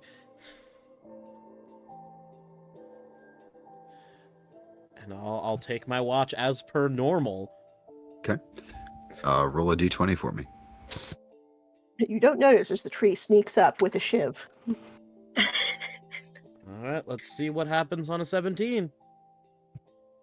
Okay. 17. The watch starts fairly boring. It's dark. You know, it's cold. You're staying warm enough with your camp and bundling up. Plus, you guys have picked up various items of clothing throughout your adventure to help keep you comfortable. And as you wake, you notice kind of that there had been some fog that had rolled into this area where the pool is. It seems unusually dense, but again, you're in the Whispering Wood. You don't have reason to think too much of it. Mm-hmm. And as you gaze out and looking beyond the pool in the direction of where the sleeping animals are, you kind of see as the fog passes, you notice something you don't remember being there before. You see this. It's hard to tell exactly how big it is at the distance you're sitting, but it looks to be maybe about 8 to 10 feet tall. This archway made out of stones, just Mm-mm. standing there.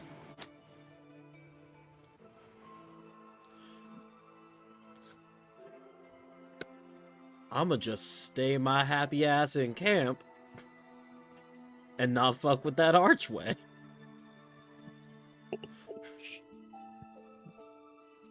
Does the this is a question, I guess, for Jordan. Does this realm, you think, have the same Black Man in Horror movie rules as our realm?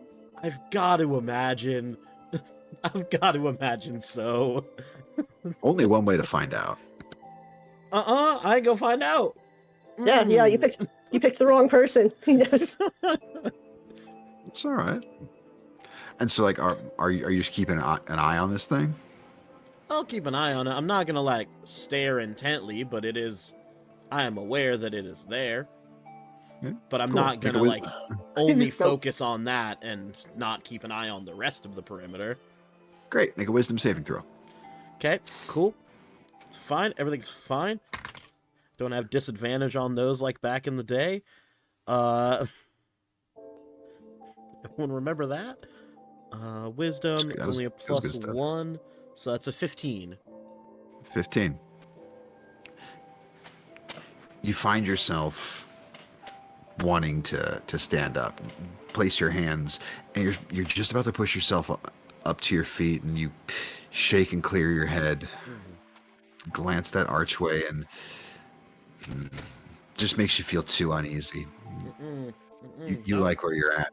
You like where you're at in camp. It's safer here.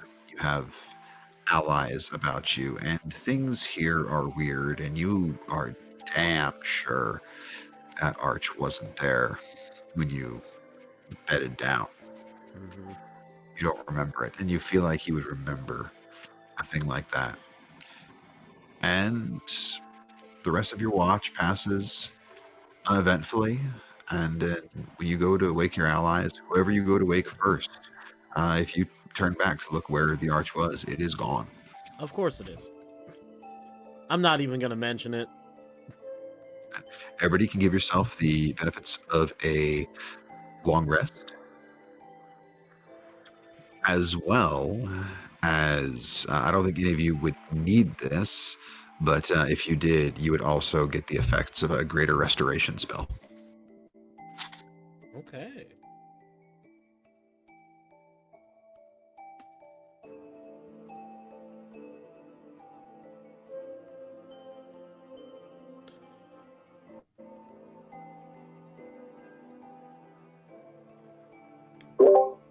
I'll just make some tea for everybody in the morning.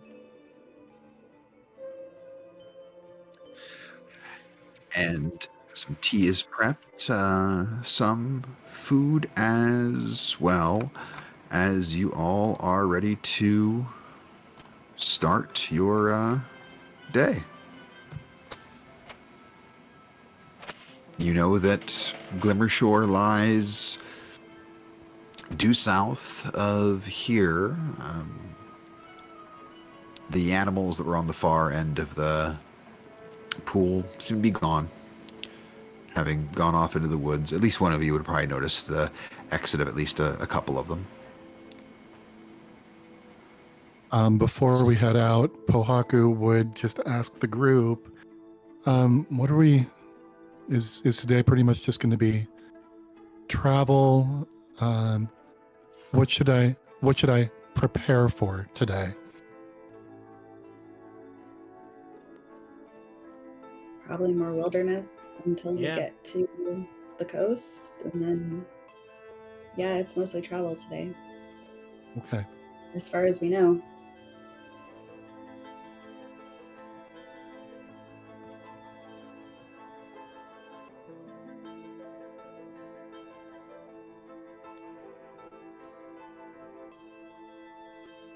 I don't know. I guess be ready for anything because that seems to happen in these woods. It's hard to predict. It's a good question.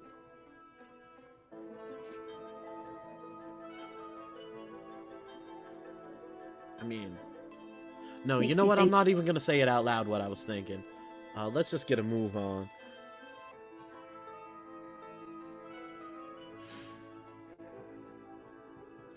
So, who would like to give me a survival check to lead the expedition southward? Nathan's not here, so you guys don't have to worry about him. Are, Who's are good you at sure it? it's survival? Reba? It can't be like knowing about nature. I'm good at it, but I'm scared because I've not been rolling well today. So I could, but there's only so much that +5 can do when you roll a 2. I'm not that proficient at it, but I mean, I'm on my way home. Maybe I could help.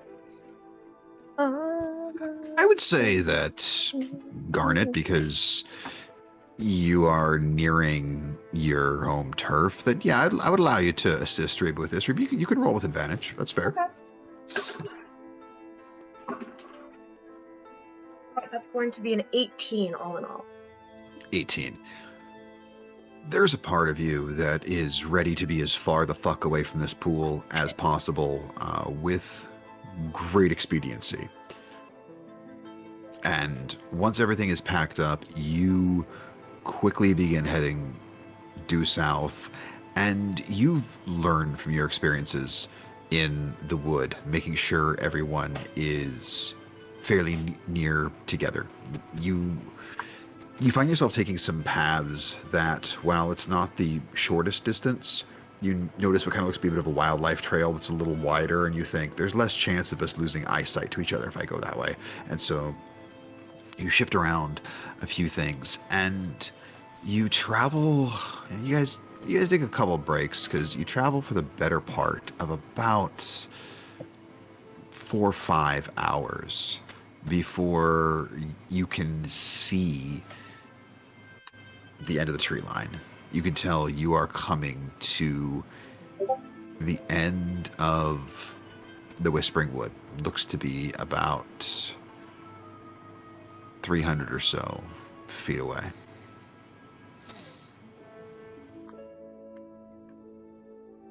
Hell yeah.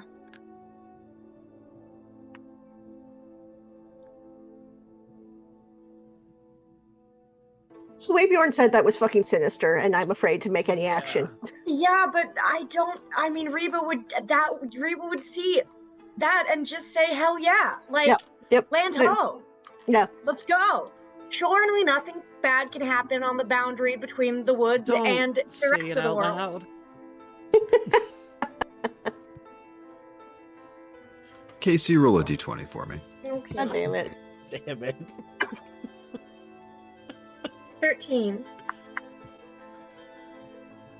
Yeah, with where you're at, not only can you see the tree line, you look and you can see there is a river a little ways up ahead, and looks like you can see what looks like a bridge going over it. This is beyond and outside of the wood. It's just a little ways off down the path, but you quickly realize if there is a bridge going over it, there's probably some sort of path going across the land there. Yeah, the edge of the wood seems to be just 300 old feet away. Can I make like an insight check on the edge of the woods or something? Can I make an insight check on the DM right now? What is it you are trying to ascertain? And I will tell you what you can roll, if anything. So I know that these woods are a magical place in many ways. Oh, yes. And you said Reba grew up somewhat close to the shore, right? To the ocean near Port Very, Town? very close. You spent much of your formative years near or in Port Town. Fantastic. In that case, Reba has the wisdom to know that when two differing elements meet, strange occurrences, new environments are created along the boundaries, right? A coast where land and sea come together, have its entirely own way of working. And because there's such magic in these woods, and we're about to enter back into a more realistic realm, if anything. I mean, she's used to there being different life forms among those sorts of boundaries. So I guess she's keeping an eye out for whatever the meeting of the two may create. And that was such a more Furby thing to say than Reba, but it's Yeah. that's all I got in terms of why I would be suspicious right now, because I'm just suspicious because you're acting suspicious. And that's too meta. So here's what I'll allow. We've half the party thinks that. Because you get a bonus. Because Jordan and I are with her. No, she absolutely does not. However, Reba, you may roll. You can do a nature check, Okay. or you can do an investigation check. Well, those are both equally bad for me, so 11. You're glancing at where the tree line of the wood ends, and it's pretty easy to tell where it is because the tree types themselves shift drastically.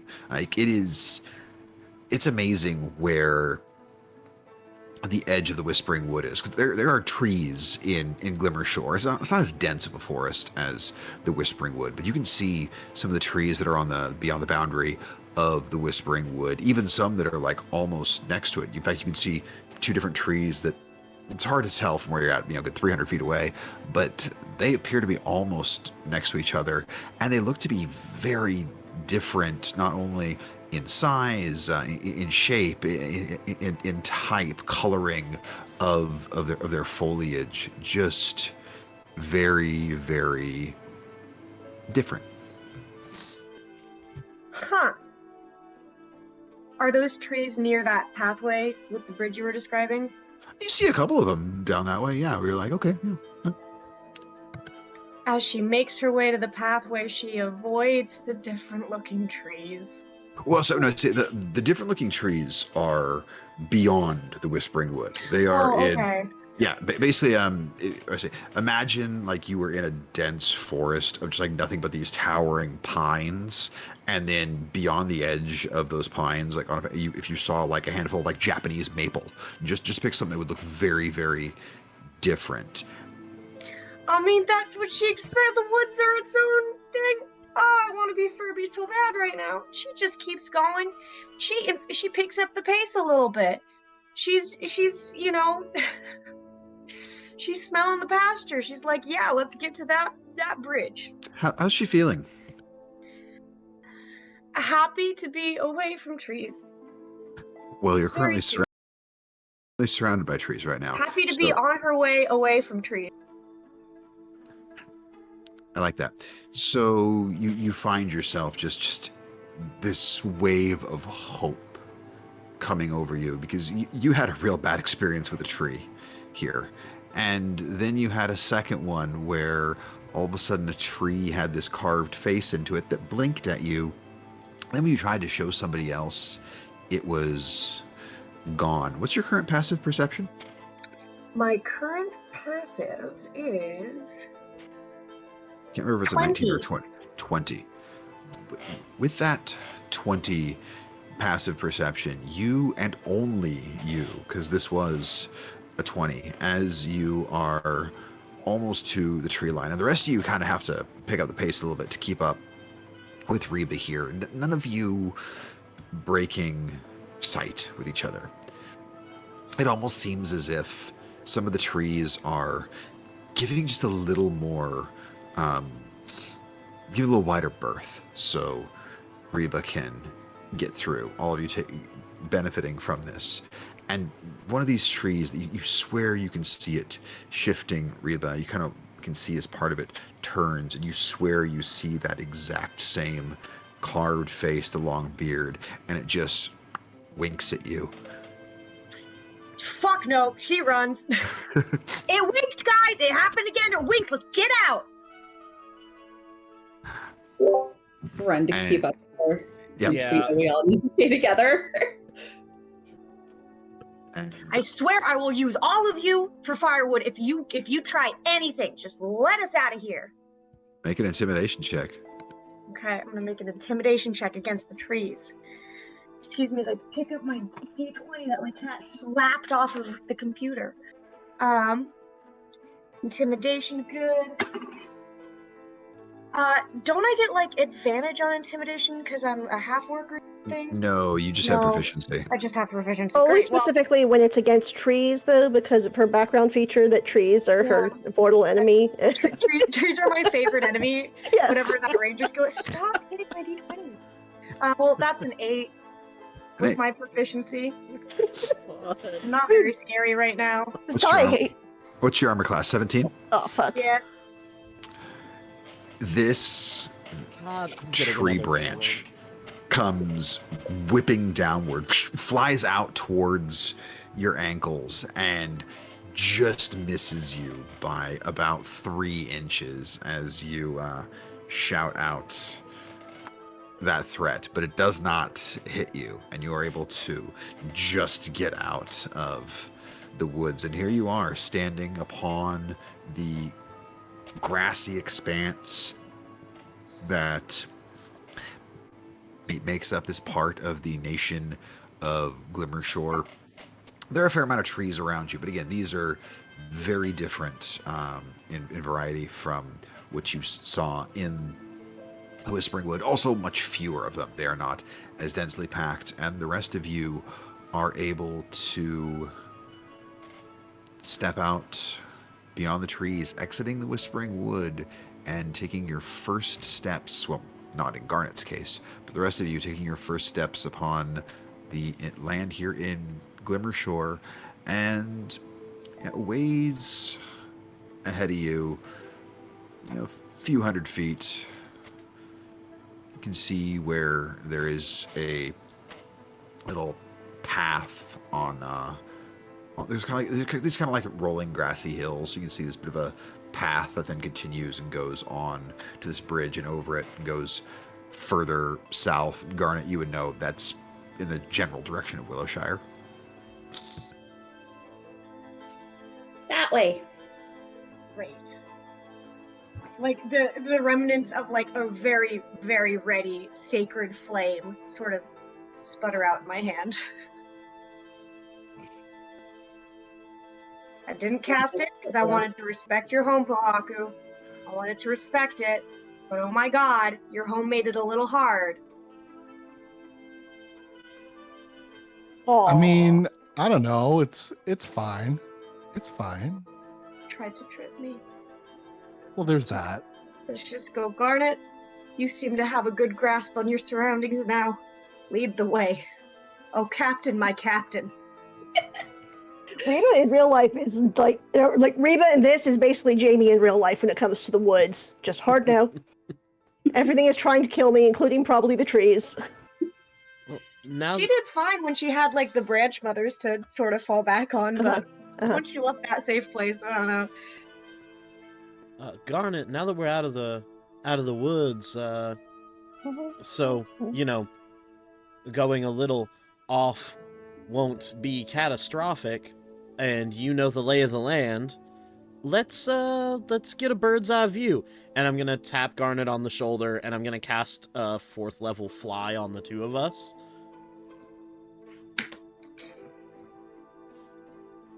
So for 10 minutes we can fly. Excellent. Let's So just take a look from the air. Okay, bye. I'm like you're familiar with. while you guys are up there, go ahead and each give me a perception check. Because you're just a bird's eye view, I'll allow this to be at advantage because you're just getting the lay of the land. You're not looking for anything specific.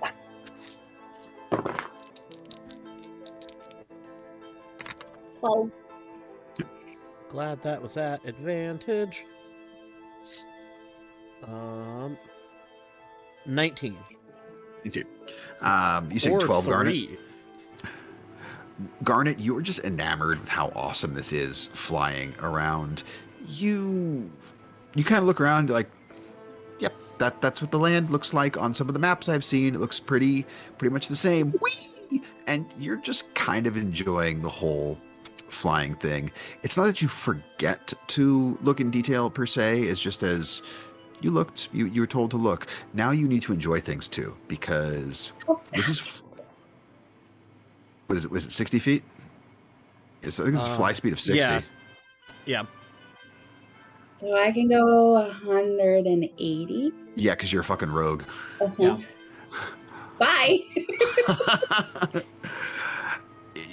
You all can see above you just this gnome-shaped blur just zipping about at a reckless pace, and every now and then you can just hear this whee from a long distance as Garnet is just enjoying herself gleefully and understandably. Kira, with your 19, looking about, you do of course see to the north of you and also to the west a large expanse that is the Whispering Wood. With you all where you are, it still continues off to the west of where y'all are at, and you can see far in the distance to the southwest of you where the tracks, where the train would run. The settlement of Willowshire. You can see that this fairly good-sized settlement, a bit to the southwest of you, not terribly far, that sits right at the edge, almost atop a river. And then further off to the south, not quite high enough to see all of the settlements, but just at the very edge of your vision, right near the southern coast, you can just see the tiniest hint of the flying city of Gizmopolis. No detail on it, of course, from this far away, but you can just see it every now and then. You just see something glinting in the sunlight, and you're just going, all right, that's got to be it. That has to be what that is. Looking about, the land between here and there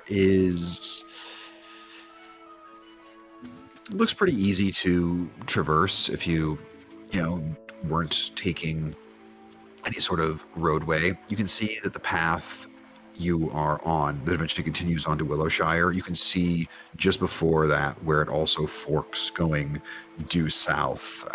You would assume there's another settlement there, or perhaps it continues all the way to Gizmopolis. You're not quite sure how one gains access to that city. You know the different ways that the flying city of Nova Aurora is accessed, but that one flies through arcane means, whereas Gizmopolis is through mechanical means and artifice.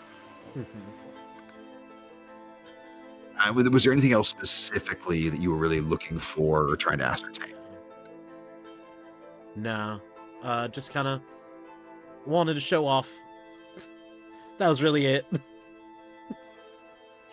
Mission Yeah. accomplished. You guys gonna spend the whole 10 minutes there flying?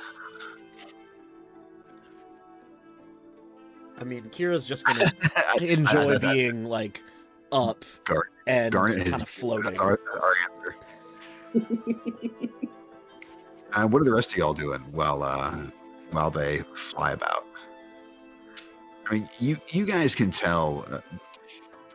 You can tell that Kira is very much kind of scouting. It's just the way he's moving is very mechanical and defined. Like, goes a distance, stops, is looking about, goes somewhere, stops, is looking about.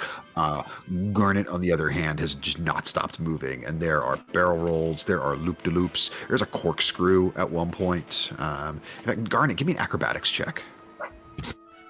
Oh, that's good.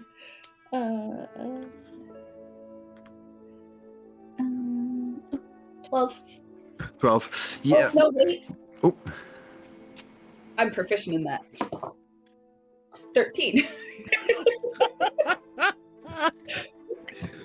So you don't drop anything. So that's good. You have a bit where you're trying to do a corkscrew, and you didn't really account for the weight of your pack, and so instead of having this like tight spiral, you kind of just end up going backwards, kind of ass over tea kettle, but you're still moving forward at the same time. It's almost like ragdoll physics, like if you're playing a racing game and your character gets launched out the windshield, like it's almost like that, but you don't get hurt at all by it, Garnet. It's just very disorienting when you try just that one the corkscrew move.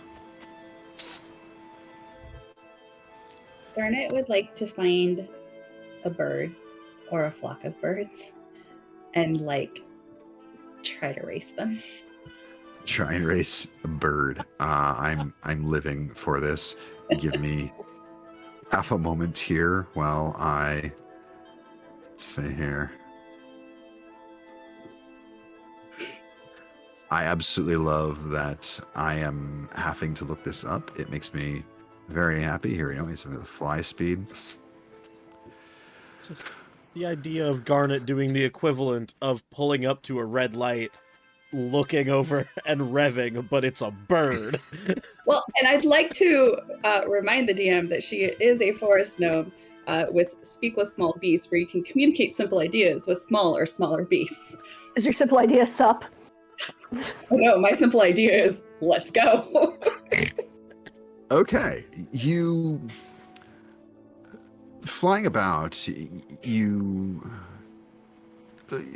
looking for some sort of creature that you can race, and all of a sudden you see you see this eagle kind of flying in from the coastline. You go over towards it, and it's startled for a brief moment. I'm going to say, give me a persuasion check, because this eagle is going to be startled by this gnome flying at it. Me too. 21. Let me know if I failed. No, not with a 21. I'm not going to say you failed, because you're able to reach out to it psychically and let it know you don't mean it any harm, and that you just want to race it. And it's kind of flying in this figure 8 pattern, and then you can just tell by its body language it's go time, and it starts flying in the same direction as you. You said you can go how fast? 180 around. Yeah, so you shoot past this eagle, and you are just putting distance between yourself and this bird, seeing it has a fly speed of 60, which means it can max out at 120, because it's not a rogue, and I'm not going to give this random eagle a class level. But yeah, you are just out flying this eagle like nobody's business. Once I realize I've won, I will go back and, communicate thanks to the bird and let it know if it wants to land. I will share some food with it if I have anything. You watch it. It's a long swooping arc, and you can see it's heading down to the ground. It is very, very convinced by this offering of food. Yeah, and I'll just grab whatever might be in my pack and share. And I mean, you're probably able to find some sort of like dried meat and whatnot that would be acceptable to this eagle, and it won't eat some of it, and then flies off back over the coastline, probably looking for some sort of fish. I'm gonna go back to Kira. I forgot what I was supposed to be looking for, but that was like the best time ever, so thank you. Yeah, I mean, I really just wanted to take a look, and I knew you'd enjoy that, so... Yeah. I think... Yeah, I'll do better next time at whatever I'm supposed to be doing. But guess what? I raced an eagle and I won. I never thought that I would hear that happened, but I'm not surprised. I did almost like tumble out of the sky at one point because I got a little cocky, but that's okay. Happens. It's my first time. Yeah. I'm sure there will be plenty other reasons for me to cast this spell on you. I look forward to it. If we look, the terrain doesn't look too bad on the rest of the way, so should be at least just a nice little trip. Cool. Yeah, Glimmershore is pretty great. So we've got another like 5 minutes we can still fly. Like that didn't take too long. So we just don't want to be all the way up here when it fully runs out because the ground shows up quick.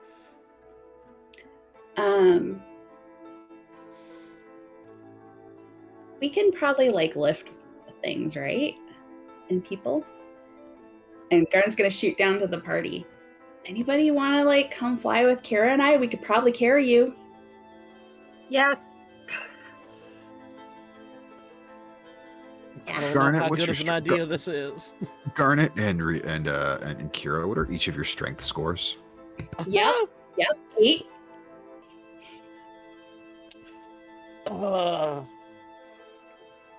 I can. My lift is 240 pounds. Yeah, How about your mine's- carry though? Because lifting something and Carrying carrying it for a while. capacity is 120. Okay. How about you, Kira? What's your carrying capacity? I'm looking. Actually, surprisingly, 120. Okay, so that's total of 240. Casey, how much does Reba's thick ass weigh? Because she's not a small girl. Like she might eclipse 240 without her armor. Do I have that information? Let me see. I've got her. No, I never put down her weight. She's 6'4" and very, very buff. Yeah, she thickum. So let's see here. I mean, she's 6'4". Yeah, you're gonna be well north of 200 pounds. You'd have to strip down, take off your armor, and all of that, and In less than 5 minutes. yeah. Anyone else? I'm sorry, Reba. That's okay. No worries. I got to be a bee. I'm set. Are we going somewhere? No, it was just to like take you up and get a look around. Okay. The Cool. rest of the way looks pretty safe and pretty open, all things considered.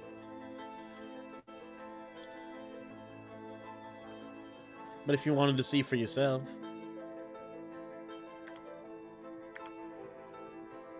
Garnet will get under one arm on Oahu. Kira will get Was up it going under to the take both other. of you? I can't It do will this on my own. absolutely take both of us.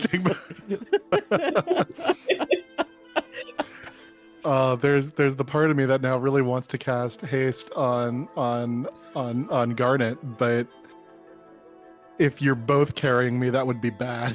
Yeah, very. So he will refrain from doing so.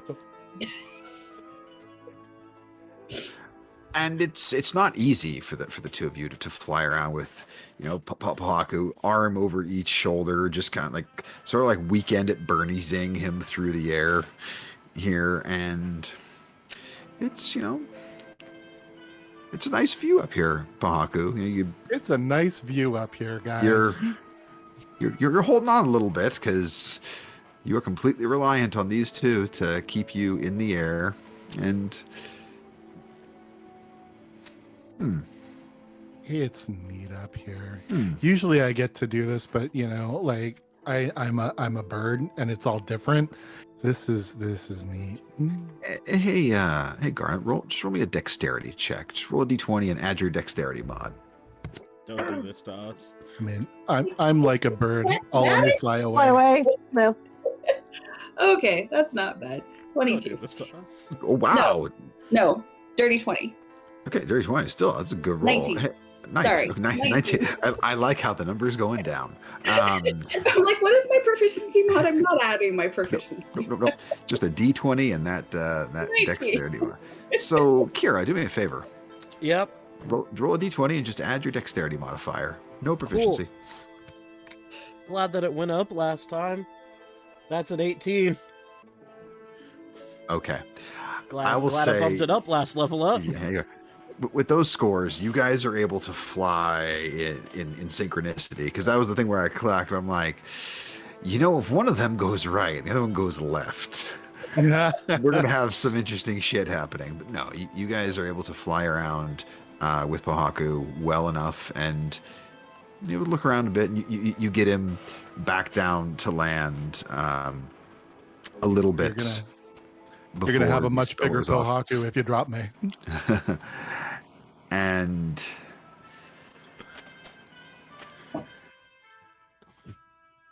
yeah, it's fun, Paku. You definitely get enjoyment from it, and Reba and Siobhan, this is probably amusing to watch as Kira and Garnet try and basically do synchronized flying to keep this tattooed, muscly individual perched on his arms over their shoulders as they fly around. Like, Baku just looks like an awkward action figure going through the air like this. Awkward action figure. They opened for NXS, right? I think so. I think they did. It was a good That's a- tour. We could Oh. never tear us apart. Yes. Miss you, Michael Hutchins. Mm-hmm. Well, I'm writing down awkward action figure for a title. I love it. I think that's be the answer. Yeah. And as you all are reconvening, you take a moment with each other, and you all hear this sound simultaneously. Ah, shit. Motherfuck. And as you look about, you see an individual, not one you had ever seen before. Oh. Almost You've gotten bluish. too good with Skin. Sirenscape. I love it. Oh, I forgot to mention, there's music in this brought to you by Yeah. Sirenscape. I should have said at the top of the episode. Thank you, Sirenscape. Best way to add sounds to your tabletop role-playing game. As Best you're way seeing to right now, traumatize your players. It's this bluish-skinned, elvish individual, clearly somewhat fey, very vibrant robes, staff in one hand, thrumming with energies. Oh well, that was most enjoyable to watch. I encountered, I don't know if they were compatriots of yours, interesting folks on the opposite end of the wood. I asked them to deliver a message for me, but then they left in quite a hurry, and, well, they don't seem to be in this existence anymore. So, I think it's important I let you all know. On behalf of my liege, I'm here for Manic's soul. Hey, we'll who pick are up you? there. Oh, You'll find out next time, as that's where we're stopping right now, kids. God. God. And that little moment there is a shout out to a little teaser for, well, you'll find out, but Save the D8 got to hang out in the Whispering Woods with you guys. Not with you guys, but at the same time you were. And their actions, well, are not going to be completely insignificant for all of you. so you're saying we have to kill them all? You can't for reasons. And yeah, But a I may have Battle already Royale done one that. shot may not Is be that a a bad challenge? thing. Oh, I may have already done that. I threw something very fun at them And I can't wait till that comes out, because the second episode of that just came out this past week. Episode 3 of my run with Save the D8 will be out. Well, by the time this airs, it will have been out. It'll have been out yesterday. So there'll be one more episode coming up. Great time. But yeah, that is what we have then. Who is this blue-skinned individual, and what will all of you find out? I can't wait, but that's for then when we see what chaos awaits. I'm fucking excited.